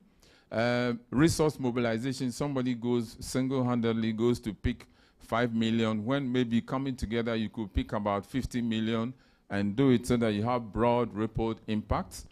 Planning, and especially planning also at the local level, is one of the challenges in terms of the district assemblies and all that. They have to understand when you talk about forests, what are the issues, how they put it in the plan, and then how they also implement it. I cannot do away with data issues. It's also very critical. Yes, statistical services have done a yeoman's job, but when you get to the districts and breaking these things down to allow us to plan on district basis, I think that is also very, very critical. Now, the local structures, we need to strengthen them to absorb this mainstreaming. But quickly, let me jump to then what are the opportunities that we have? We have data, we have information. We've done some research. It's an opportunity for us to move ahead and do deeper research. And also, we have some policy analysts who are experts. They are experts in policy negotiation. How then do you work with these people? These are all opportunities that we can explore. There's a project which I'm part of, the Natural Capital Accounting, working with EPA, Ghana Statistical Services. My friend Dr. Bennis is up there. We are trying to get issues of this forest and all that into the national development planning processes, and we do calculations and all that. And I think that these are all opportunities that we can capitalize on. We have things, pockets of mainstreaming. I've been doing mainstreaming for years, about 3 decades now. We have pockets of them, biodiversity, World Bank is coming, IUCN, and all of them. And I think that is an opportunity for us to see how best we can strengthen the issues of the mainstreaming. Biodiversity financing. So the mainstreaming has got 4 segments: policy formulation, planning, budgeting, and resource mobilization. And that is the greatest hitch for us. So yes, we put it in the issues of the policy. Forestry issues are in them, and Good Friend is part of the process that go on. We have the cross-sectoral planning groups. But then you hit yes, you have a lot of plans in terms of what you want to do, but where is the money? So we are working with, Ministry of Finance cannot do all, but we are working in terms of with the districts and first trying to assess funding, climate, and also biodiversity financing to sit and write proposals and also get some extra funding to implement what we want to do. And it's an opportunity for us because out there internationally, these funds are there. SDGs, NDPC is coordinating this with a number of institutions, and I think that is an opportunity for us as a nation to look at this. Thank you very much. I will pause here. Thank you so much, Mr. Nelson. I will jump, Mr. Siakwan, and come to Professor Daniel Akoto Safo. You will see why after he's finished answering his question. So, Prof, as we will find out in detail tomorrow, the economic assessment revealed a mismatch between the perceived significance and the actual economic linkages of Ghana's construction sector with the solid wood product subsector. Now, this suggests that there's a potential involvement of informal forestry activities. What policies and innovative approaches could be adopted to strengthen the linkages of wood production with the construction sector and to improve visibility of informal value chain activities in the forest sector? So we're looking for policies and innovative approaches to strengthen the links between wood production and the construction sector, and to improve viability of informal value chain activities. Yeah, thanks. It's a pleasure. Yeah, and let me thank my previous panelists. Yeah, for their views. In fact, I was waiting to nail, put the nail and then finish up, but I have to jump a senior boss and comes well. Yeah, I'm coming from the academia, so I want to start from that point and see where I bring this in. I'm standing in for Prof. from UG. Yes. Yeah, and before, just some few hours or minutes before we came, I was discussing with Dave, and the points I gave him, thankfully the keynote speaker did exactly what I was talking about. From the academia point of view, we have three key mandates: that teaching, research, and then community service. And in all these, I think, looking at it from time immemorial, I think there's this lack that might have contributed to the seemingly non-relevance or significance of researches we do in the academia setting. We sit in our rooms and on our desk and with the students, and we do our own thing, and we finish the papers on ourselves and all that. But I think, coming from a professional view, I have been with the Forestry Commission for some time, so I have a passion for that. So I think we can link it. There's that possibility, seriously, for us to link up. So the team is right and timely.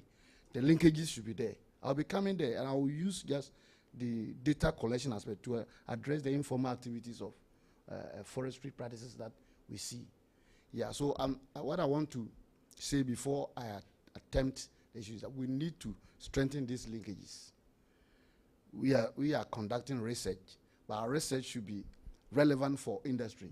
There should be that strong collaboration or synergy. I want to say it should be synergistic, so that we don't sit down there doing anything and then at the end of the day we don't see the relevance.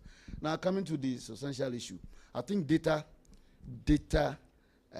collection, co-collection, co-creation, co-management, and co-usage, very, very important. For instance, the informal sector, like this, the use of the chainsaw materials, the artisanal sector and all that, all these wood products they are using about. I think we can do so much in terms of research, explore into most of these, we normally call them lesser known or lesser used species. We can go strongly into them, doing more research, and then coming out with all these potentials that are available. There are so much. FORIC has been doing so much with them, but I think we can do more when we link up with them in the university and then the Forest Commission to do more, explore more, find more of these and make them available. And when they are available, I don't think this issue of going in for these chainsaw materials will be a problem. For instance, bamboo. I did bamboo. I used bamboo for my PhD work, and there's so much potential in it. I know we all know. And other species like bamboo. My senior man was talking about 15 years when someone has to, a young man has to come in, and then perhaps you'll be thinking of maybe teak, which is so far one of the fastest short rotational species we have. But now, bamboo, 2.5 to 3 years, is there. We can provide all the wood needs that we have. Now, there's an institution or a company in Nkawi also coming up with this tissue culture to produce teak that can, with this tissue culture that can produce teak within 7 years. So gradually, through research, that the long gestation period of wood that are creating this seemingly long-term lockup of capital that is preventing young men into forest production, trying to deal with it. So I want to emphasize on the need for serious research, and not just any research, collaborative or synergistic research that we have to do. Now, we mentioned again training, teaching and all that. It all comes to the academia. That's what we have been doing. So if we have a platform, a stakeholder platform, not only waiting occasionally to gather like this, maybe if we can create this platform that Uncle Coleman, FO man is trying to, we can maintain this and then create that synergistic team, we can bring these pieces of potentials together and these linkages and then focus on all that we can do within the forestry sector. We have done some search and we think that we have not explored the full potential of forestry towards the GDP. I don't know. We have not concluded, so I want to be very careful. For instance, how forestry contributes to these water resources around, electricity and all that. I'm not sure they were factored seriously into this GDP stuff. This timber primacy is clearly seen. The overemphasis on timber, so you could see its dominance and the determination of the contribution of it. But forestry provides more than what we just see as timber and perhaps some aspect of non-timber forest products. So our view from the academia is that we need to really look at our research seriously. Unlike what we are doing now, we need to really team up and then look at it from the policy perspective. The 1948 did well. 1994, forest and wildlife policy came in to address the lapses there. And then the 2012, yes, but we still see a serious gap there. I'm not calling for another policy, but perhaps we can review and then put some of this strategically. You could see the attempt to involve all stakeholders in it, but strategically and explicitly, you can see it.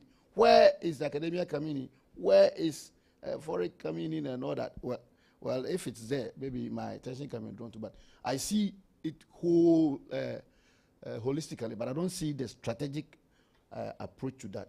So the informal people, we can build their capacities when we want to, we bring them on board, like the FAO man is saying, and through training from the research that we have all agreed to do, not what we are sitting in our universities and our research and doing, what we as a people, as a stakeholder platform decided to do, addressing specific issues with sustainable forest development and all that. Then we can share with them, train them, build their capacity, make sure they are all the full potential of the forestry for these businesses and contribution to GDP are there, and they show that. I think we will go further. So for now, let me rest and let's see. Your rest is well deserved. Thank you so much, Professor Daniel Akoto Safu.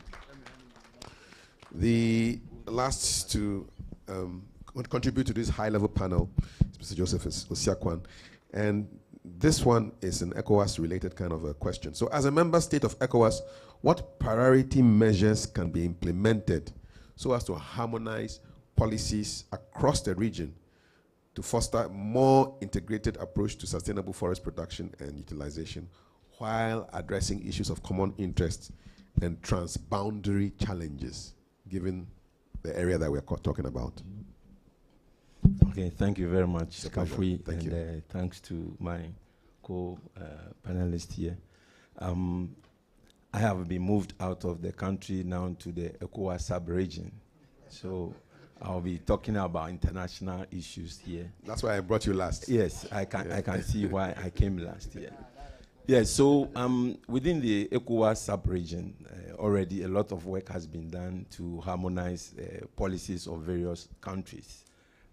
This began in 2005, where the heads of states of ECOWAS countries came together to agree on developing a common ECOWAS forest policy. So between 2005 and 2008, countries were engaged to design or develop ECOWAS forest policy. I was one of them. In Togo in 2008, we had the first ECOWAS forest policy, just trying to bring everybody within the ECOWAS sub-region together. even though each country has its own policy. Then in 2008, after 2008, in order to implement this policy, ECOWAS again established the West African Forest Commission. So we have African Forest Commission, but the first West African Forest Commission came to be somewhere in 2010, just to implement the ECOWAS forest policy. Then after that, they didn't end there. Somewhere in 2013, they decided that they have to get another plan that will implement the policy that was developed, because countries were not coming forth. So ECOWAS, through FAO, agreed to support countries to develop something we call the ECOWAS Forest Convergence Plan. ECOWAS Forest Convergence Plan, in this way, tried to bring everybody, every country, all the 15 ECOWAS states together to have a convergence. So if we are talking about, for instance, sustainable forest management, what happens in Nigeria, what happens in Cote d'Ivoire, or what's happening in Cameroon, the ECOWAS Forest Convergence Plan is supposed to bring out all these things that we are doing. In Ghana, we had something we call the Forestry Development Master Plan, which was likened to the ECOWAS Forest Convergence Plan. So we brought together a number of individuals from various institutions, put together the ECOWAS Forest Convergence Plan. Then they wanted national convergence plans. So we had another convergence plan, out of which every country was supposed to have a national forest investment plan, national forest investment plan. So you see that from 2005, there have been series of attempts to bring all the countries together to harmonize their forest policies. In all these forest policies are aimed at promoting sustainable forest management, conservation, landscape restoration, and also looking at transboundary issues. Transboundary issues became an emerging issue because when it comes to trade, for instance, we do overland export. If we come to timber, we export some of our products not only to Europe or Asia, we do overland. Exporting to maybe Cote d'Ivoire or Burkina Faso or Togo or Nigeria. In Ghana, we export a lot of plywood to Nigeria. So we want to look at those boundaries, making it such a way that we are able to move these products away. Another issue that it was supposed to address is that, for instance, in Ghana at the time, we banned export of rosewood. But rosewood was coming from other countries within the sub-region to Ghana, which was not right. And these were some of the transboundary issues that the convergence plan or investment plan of each country was supposed to address.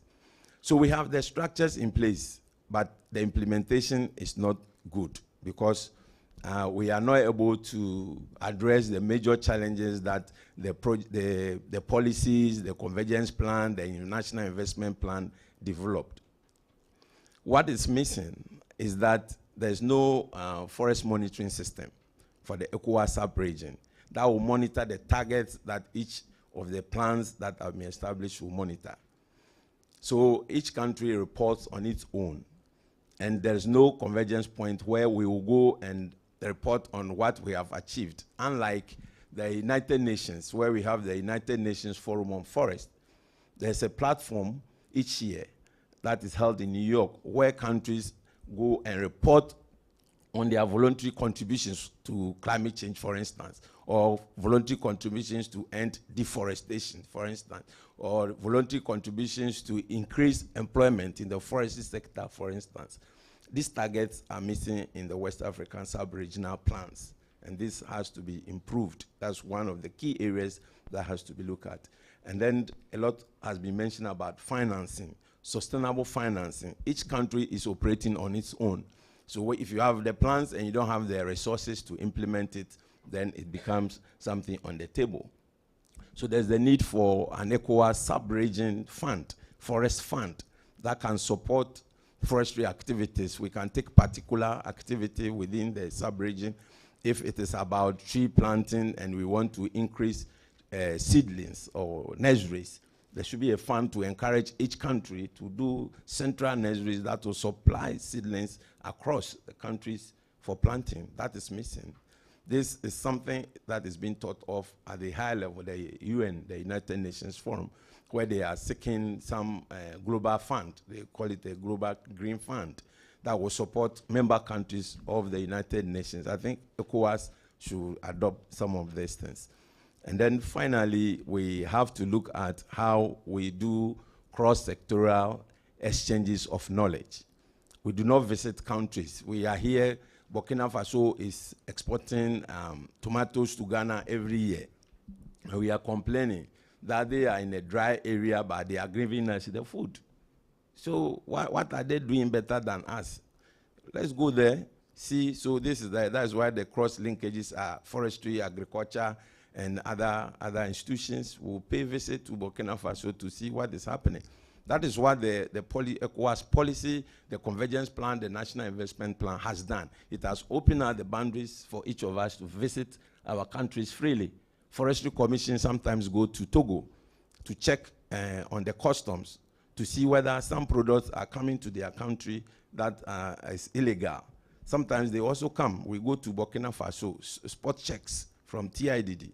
You go and see whether things that we say we shouldn't export are going to their country or coming. So we need to strengthen these transboundary things, improve cooperation among the countries, look for sustainable financing to support our work, and then we can live together as regional members. Thank you very much. Thank you too. I think we want to appreciate all our panelists for a sterling job that they just did. So the whole idea behind this high-level panel was to promote a shared cross-sectoral understanding of policy priorities, of programs, of investment opportunities, and national development goals. And that's how we had this broad range of institutions so that we could just get a big 360 picture of what's going on as far as the forest sector is concerned. I'm going to give you all an opportunity to just speak briefly on anything you may want to add to the conversation. You can think about our theme, promoting sustainable forest-based industries in Ghana. And coming from your respective backgrounds, how you understand this theme and what success will mean for you. And I'll start from the first person who spoke, Dr. Wusu Keja from the Ghana Statistical Service. Just your concluding remarks on this particular conversation, focusing on the theme. Thank you, Kafui. For me,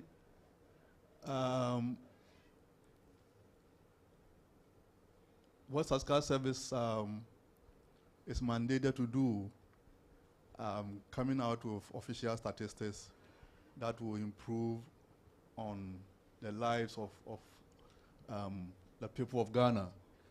And so, considering the theme, I think that we need to come out with relevant statistical information that will make sure that we sustain whatever progress we're making.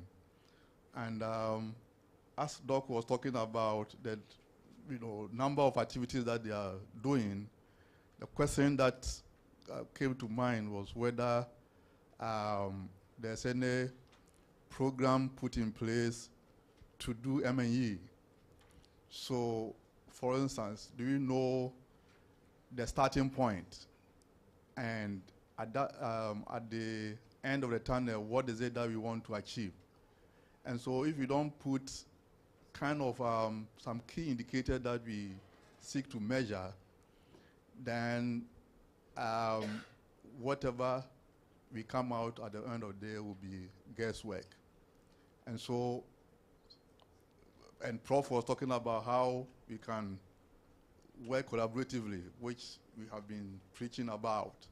And so the question is, how are we involving the other key stakeholders to be sure that we benefit far more than what they at their end can foresee.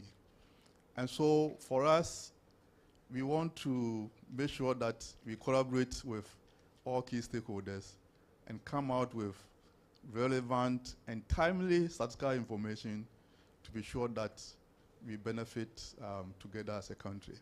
Thank you. Thank you. So, same idea, Dr. Safo. Yes. This is your home. What is success? When you close your eyes and you think of success in terms of promoting sustainable forest-based industries in Ghana, what does that mean to you? Well, I'll speak on that, but the forestry sector contribution to the economy, what is put in the basket at Ghana Statistical Service is limiting, very limiting. They do not have even a section on what we call ecotourism development in their basket, which is a huge chunk where also other resources have been coming from. That's why they want to do more. Yes, we started with the natural capital accounting with them, and we are giving them some data, issues on even bushmeat. Yes, it's not. There are several other areas. Now, let me even put this thought-provoking thing out. Fuel is coming from the forest, but when it comes to accounting, it's put under Energy Commission. So it limits the forestry sector, said that they were saying that we're contributing negative to the economy. So these are the things that overall, in the accounting, natural capital accounting processes, we'll have to look at and put issues in perspective where they are originating from.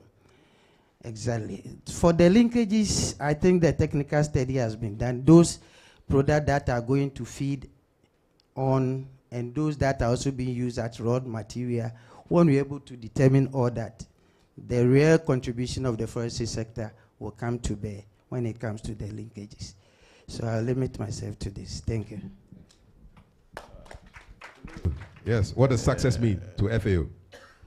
Yes, thank you very much. And FAO is looking at a time where there will be a common platform, not once in a while, but on regular basis where all stakeholders meet to talk about the linkages and the contribution of forestry sector of the economy. That will be a success story for us. And we believe that that time will come and very soon it will materialize. We want to say that as much as there's a linkages between, there are linkages between forestry, agriculture, environment, and other sectors of the economy. There are some sectors that are intangible but very valuable. Some months ago, we all experienced in Ghana, the dam was overflowing. It was so it couldn't contain anymore. The Akosobo Dam could not contain anymore, and they have to spill water. And a lot of districts suffered, a lot of farmers suffered, a lot of young people's investment suffered. And some few months back, we are having water shortage. Few months ago, we had abundance of rains. We didn't know what to use for. And some few months back, like, we don't have. And from the Ministry of Agric, Ghana farmers have lost about 3.5 billion cedis. That is over 430,000 farmers. They are still collating. That is big money. On the average, I checked, every farmer lost $5,000. Every farmer. If I'm a young guy, the linkage, forest, farming, agric, environment, economy, I invest and I lose $5,000. I will not farm again. Let there be linkage. Let us all support each other so that what happened this year will not happen next year. Thank you. Thank you very much, Dr. Nunu. Mr. Nelson, what does success mean to NDPC, promoting sustainable forest-based industries in Ghana, and all these linkages, forestry to the economy? My focus is coordination, but I think that much as we need to talk, the talking is getting too much. My colleague spoke about visits. I went to Burkina Faso. I saw a 24-kilometer dam at Leo. Almost intervals, you go, you find reservoirs by the roadside. So they farm 365 days. They tap water and send to us, and we see them as devils, Bagri Dam, flooding, etc. So we go, we have the stories, we bring them back. There are issues of decision. It's not that we don't know. So what is the issue? I think we are talking too much. It's about time we took decisions and went ahead. I'm not saying we shouldn't talk. This is, for me, what we need to do. We know 70%, most of the time, we know what to do. We got excess water. And last year, and now this year, what is happening?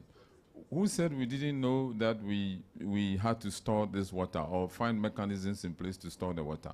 Why are we not doing it? Let me go mainly also to coordination. I think coordination is good. We've met here, we are talking. But I would like to see forestry,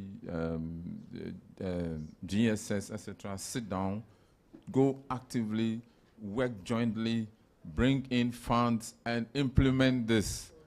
I think these are the things that I would say successful. I want to see actions. Thank you very much.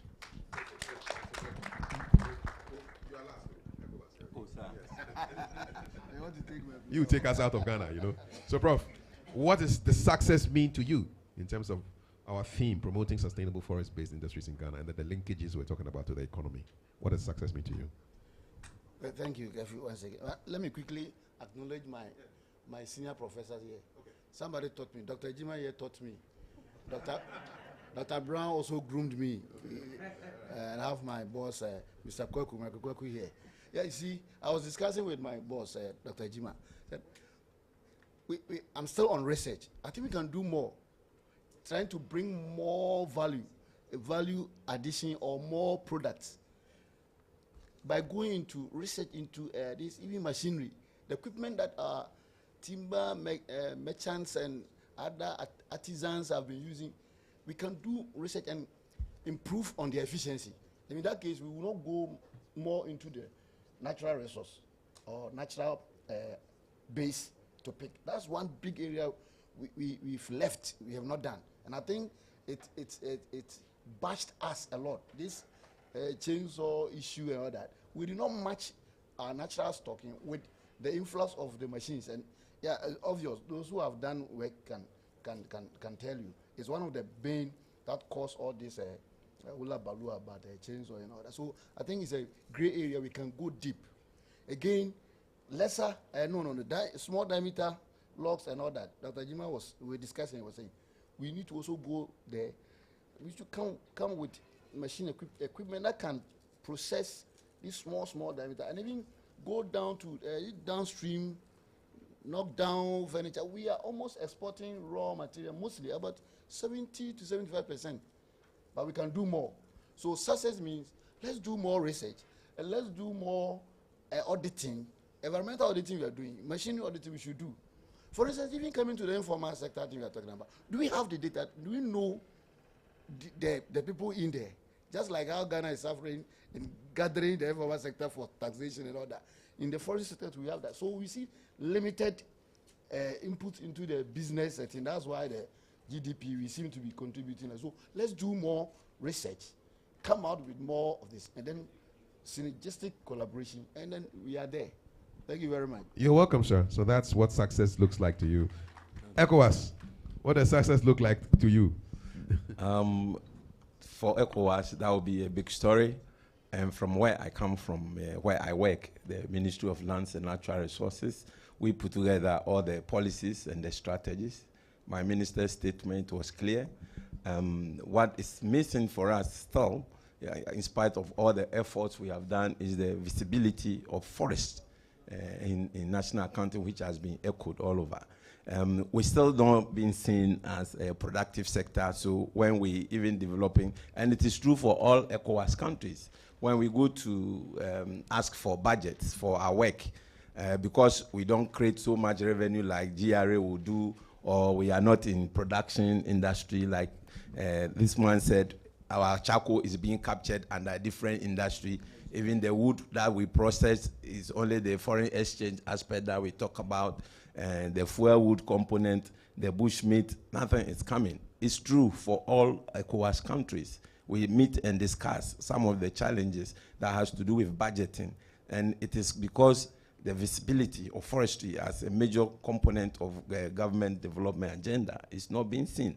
So we have to make sure that this natural capital accounting studies that was being done will bring to fore some of these key things, and the studies that has just been done we should come as a ministry or a sector to make this known. We have to do formal presentation to the people at the top for them to see that it's not only the export of timber that we send out that contributes to a national economy, the water bodies, the wildlife, and now we should be moving even away from export of timber, because some of the policies we are running now is to move away from export of timber, exploitive, to conservation.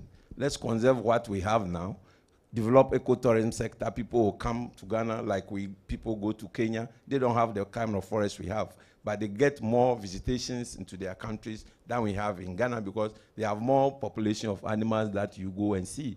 We increase our plantation forestry, we process, keep our natural forest for ecotourism, and then we are good to go. And this should go across the West African countries.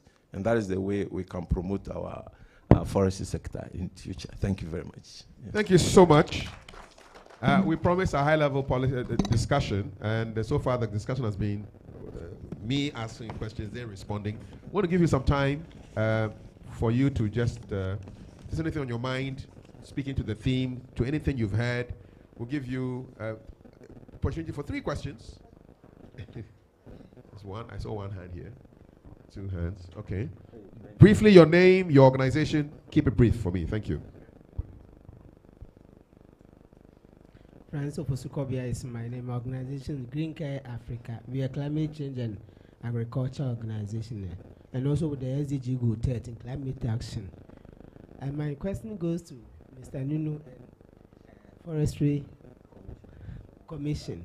You spoke about some intervention that your institution is doing, supporting the individuals. I want to know whether is it the organization that can get the support or just a single person like me who want to do some agriculture, maybe dodo or something. Can I come to your organization looking at how big profile your organization? The same question also goes with the interventions that you mentioned. How can the individuals get support or benefit from it? Thank you.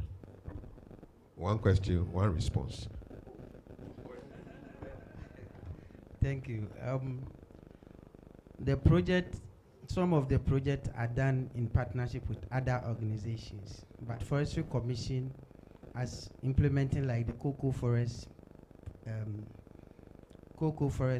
restoration program, is not supporting or like an organization such as yours. We support the communities and the paramouncies and then the district assemblies. On the other hand, like a project like the Share Nut program, these have also been partnering with other institutions like I indicated, but we do not give direct support to private companies to operate. That's what we do. Okay, there's a gentleman here. Yes, that was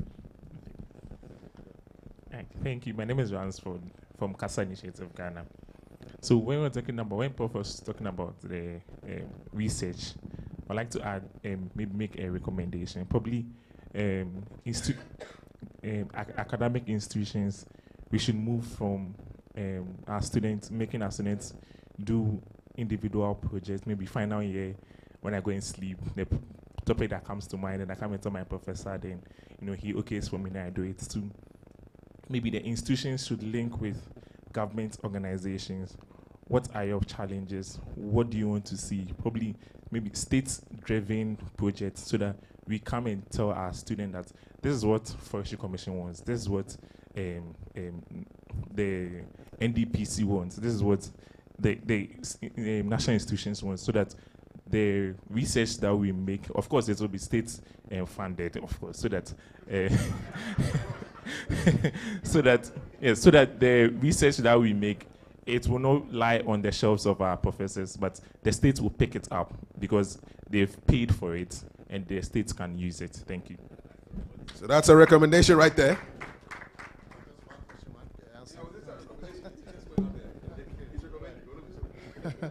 All right, thank you very much. My name is Michael Kwaku, the International Bamboo and Rattan Organization. First of all, I just want to make a quick request. I understand there's Statistical Service, the one who did these studies.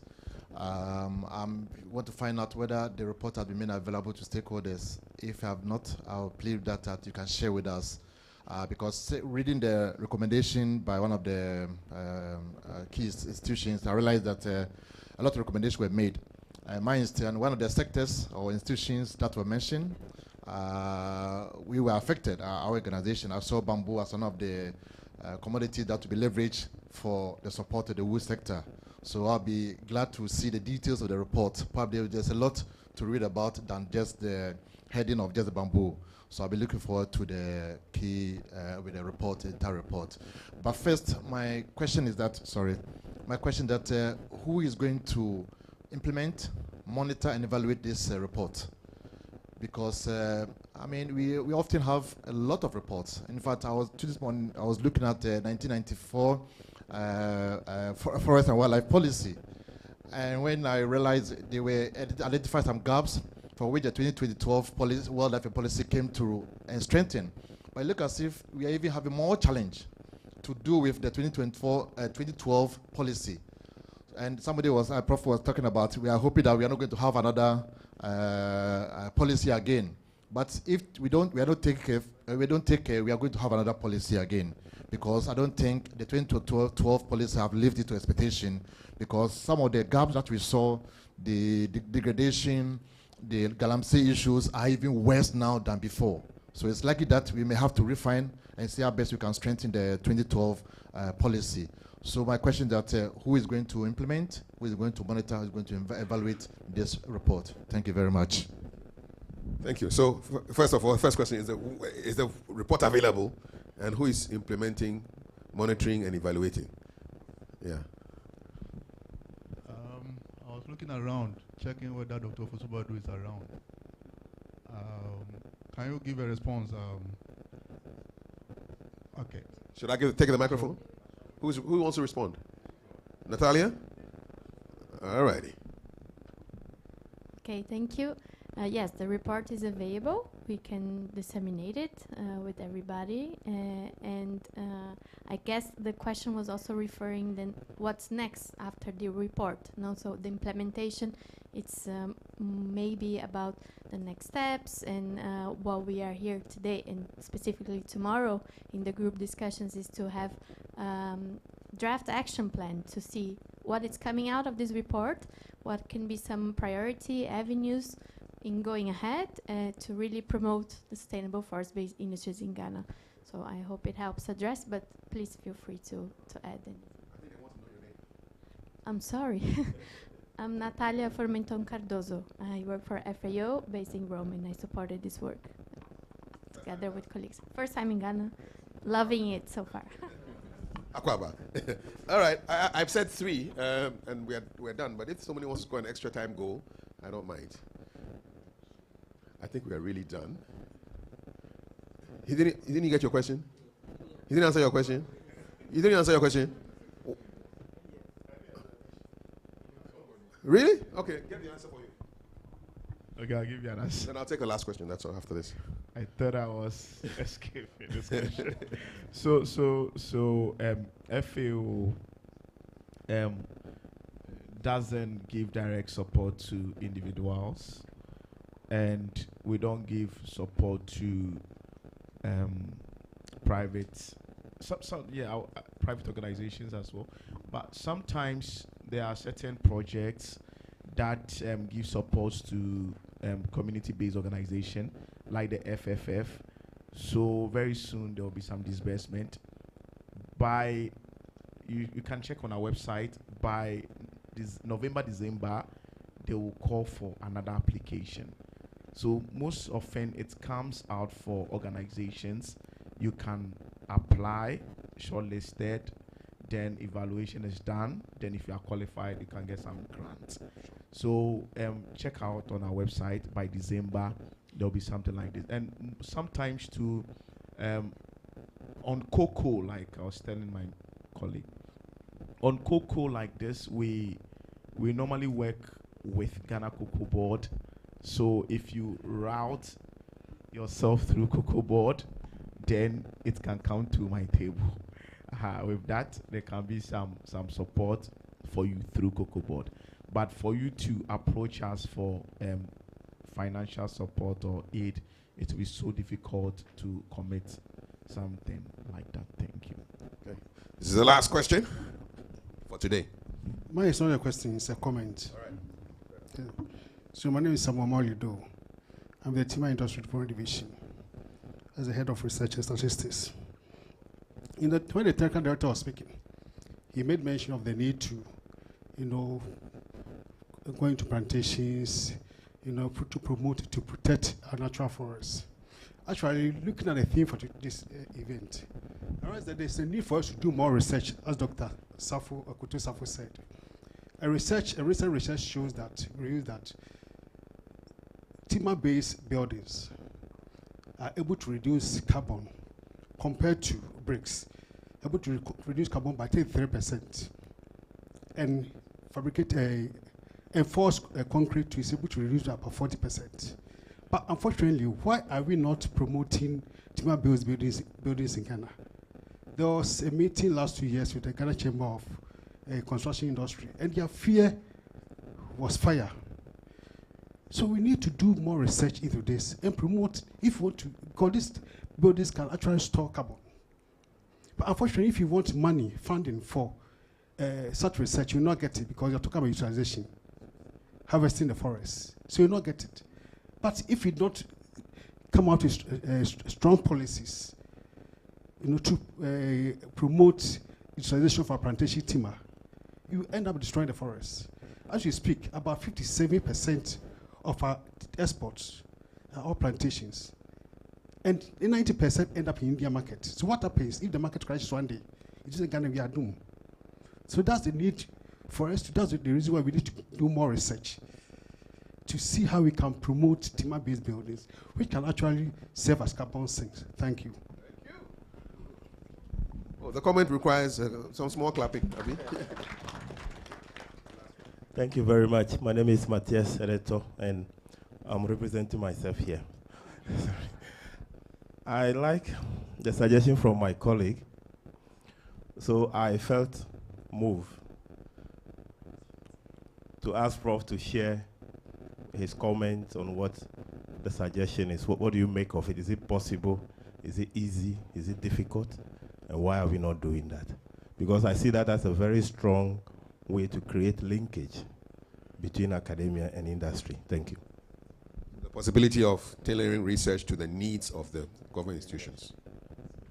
So, a political party is more or less patenting a certain word, so I don't want to repeat it. Okay. Otherwise, I would have said it. It is possible.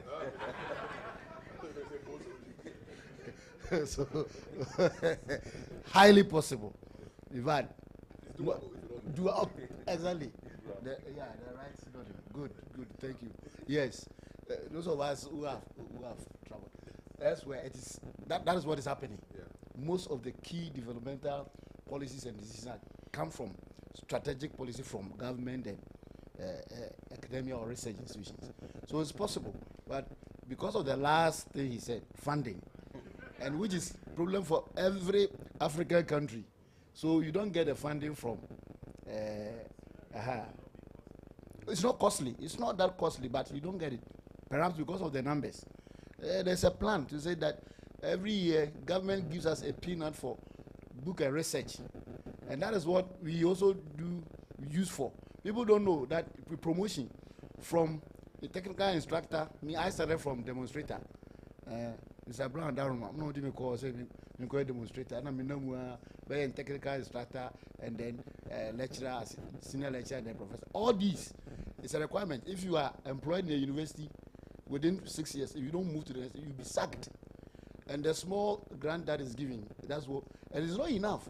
Publishing in the Scopus journal is more than 7,000 thereabout. And look at, so it's funding is the major thing, but I don't think funding, as is purported, was priority. We don't prioritize research because I don't know whether we have not been able. The ones that we did first, we didn't see any significance. I don't know whether it's the hen that came first or the egg. Whether we, the researchers, didn't give the right information or we didn't get the funding to do the correct data, robust data. I don't know. So when we meet, and we are doing this synergistic movement, or perhaps we can all know what exactly to do. And if it's about priority, then we all push government in order to do that. So it is highly possible. And that's Thank you so much. We are done with day one. What's going on? Comments? This will be the final one. After that, I'll be your enemy. Thank you, Kafi. My name is Hugh Brown. I work with the Forest Service Division of the Forestry Commission. I have a couple of comments. The Statistical Service. Some time back, I used to be responsible for providing data for national accounting for the sector. And we had a lot of engagements. One challenge we faced was that even though the forest services was well appreciated and recognized by the Statistical Service, they will always ask you, do you have receipts? Is somebody paying for these services? And if you don't receive payments, they are unable to incorporate it. I think, especially in 2009 when we're doing the rebasing. So issues like carbon capture or carbon sequestration, etc., these were things we put on board. But even though they acknowledged that, they didn't account that for the sector at the time. I'm asking, has the methodology changed? Has the framework changed? Can we go now into areas like watershed protection, waterhead protection, and other things that the forest performs as a function, and be able to incorporate that into our contribution? Because there was a time when the sector was doing about 8%, 7%, etc. Now I think we are around 1 point something. If you look at the real contribution of the sector, it has not dropped. What is happening is that because you're using GDP, which is a relative measure, other sectors are growing faster. So it makes us look as if like you are in a car, or you're standing by and a car passes by. Because you're standing, you think it's so fast. But if you're running, it doesn't look like it's that fast. So if you look at the actual contribution of the sector, it stayed virtually flat. Now, there was a statement earlier on which I think I need to correct. At least for now, the issue of charcoal and firewood is accounted to the sector. If you look at something like our wood exports, we don't get credit for that. It goes into manufacturing. We are only giving the value of the log at the stump site. So let's say I export $2 million of timber products. They will work backward and say, okay, so what volume of log and what value of log was picked from the forest floor, transported and processed? So you find out maybe out of the 2 million, and it's only maybe 50,000 that is the log value. The value addition part goes into manufacturing. So and it applies to a number of areas where that the sector provides the raw material. And for as long as we do that, I remember we submitted large volumes of data on food production, because in our plantation development exercise, we do what we call the Tonja, where we work with communities to grow food crops. They said, thank you for the data, but of course it goes to agriculture. I was interested when I was reading the report where I saw direct benefits, indirect benefits, and induced benefits. I don't know whether going forward with this kind of knowledge and this methodology, we will be able to have some level of attribution to some of these things we provide as a sector. Thank you. Thank you, Mr. Brown. GSS, you want to comment on this? Or it's just a quick comment? He said, has the methodology changed? That was the question he asked. Except that initially I thought he said it was going to be a comment. So I didn't know it was rather, it changed there. But honestly, we cannot provide an answer now. We need to consult the National Accounts section, who will be able to provide a response to this. But just to add that the measurement of some of these indicators, use certain standards, and so sometimes making use of those standards come with some of these challenges. But we can take your number and Venice, okay. But where were you earlier? Okay.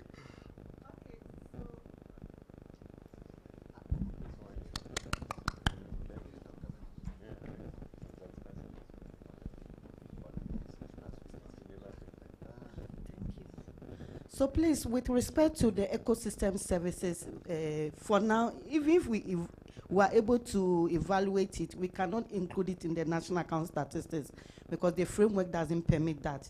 Maybe going forward with the new updates that are going on global in 2025, in that, like the system of national accounts, they are adding on natural resources, biological resources, environmental resources to it. So if we want to do this ecosystem thing with outside, so that's why we've started something we call the natural capital accounting. We are having something ongoing with the World Bank on this evaluation, but it's not done yet. So maybe by the end of the year or early next year, we'll have some information on the watershed and the carbon sequestration. Thank you, Nova. Thank you to all contributors. Thank you to our panelists. Can they please stand for a nice official photo? Yes. Yeah, let's applaud them for the masterful job that they did. Yes. Thank you. Please step forward a little bit like beauty contestants. Yeah. Contestant number 4. I'm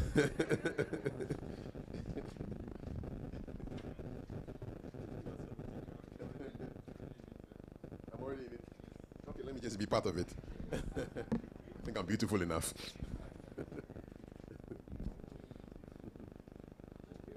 Thank you. Kindly take your seats. And I'll call Benis of Usubadu to make a couple of administrative announcements. Yes, indeed. Maybe what you're going to look forward to for tomorrow and other stuff. Okay. So, Benis, microphone is yours.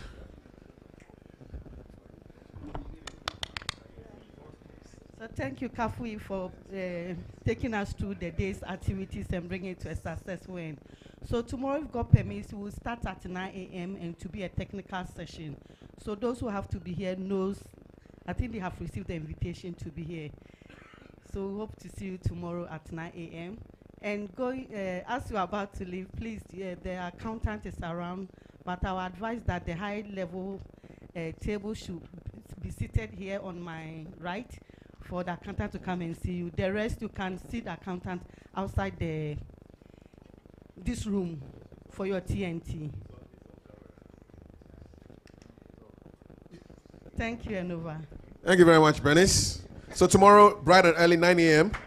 Thank you so much for making it a very productive conversation. We thank our people on Zoom and on YouTube for following us from the morning up until now. Wish you a productive remainder of the day.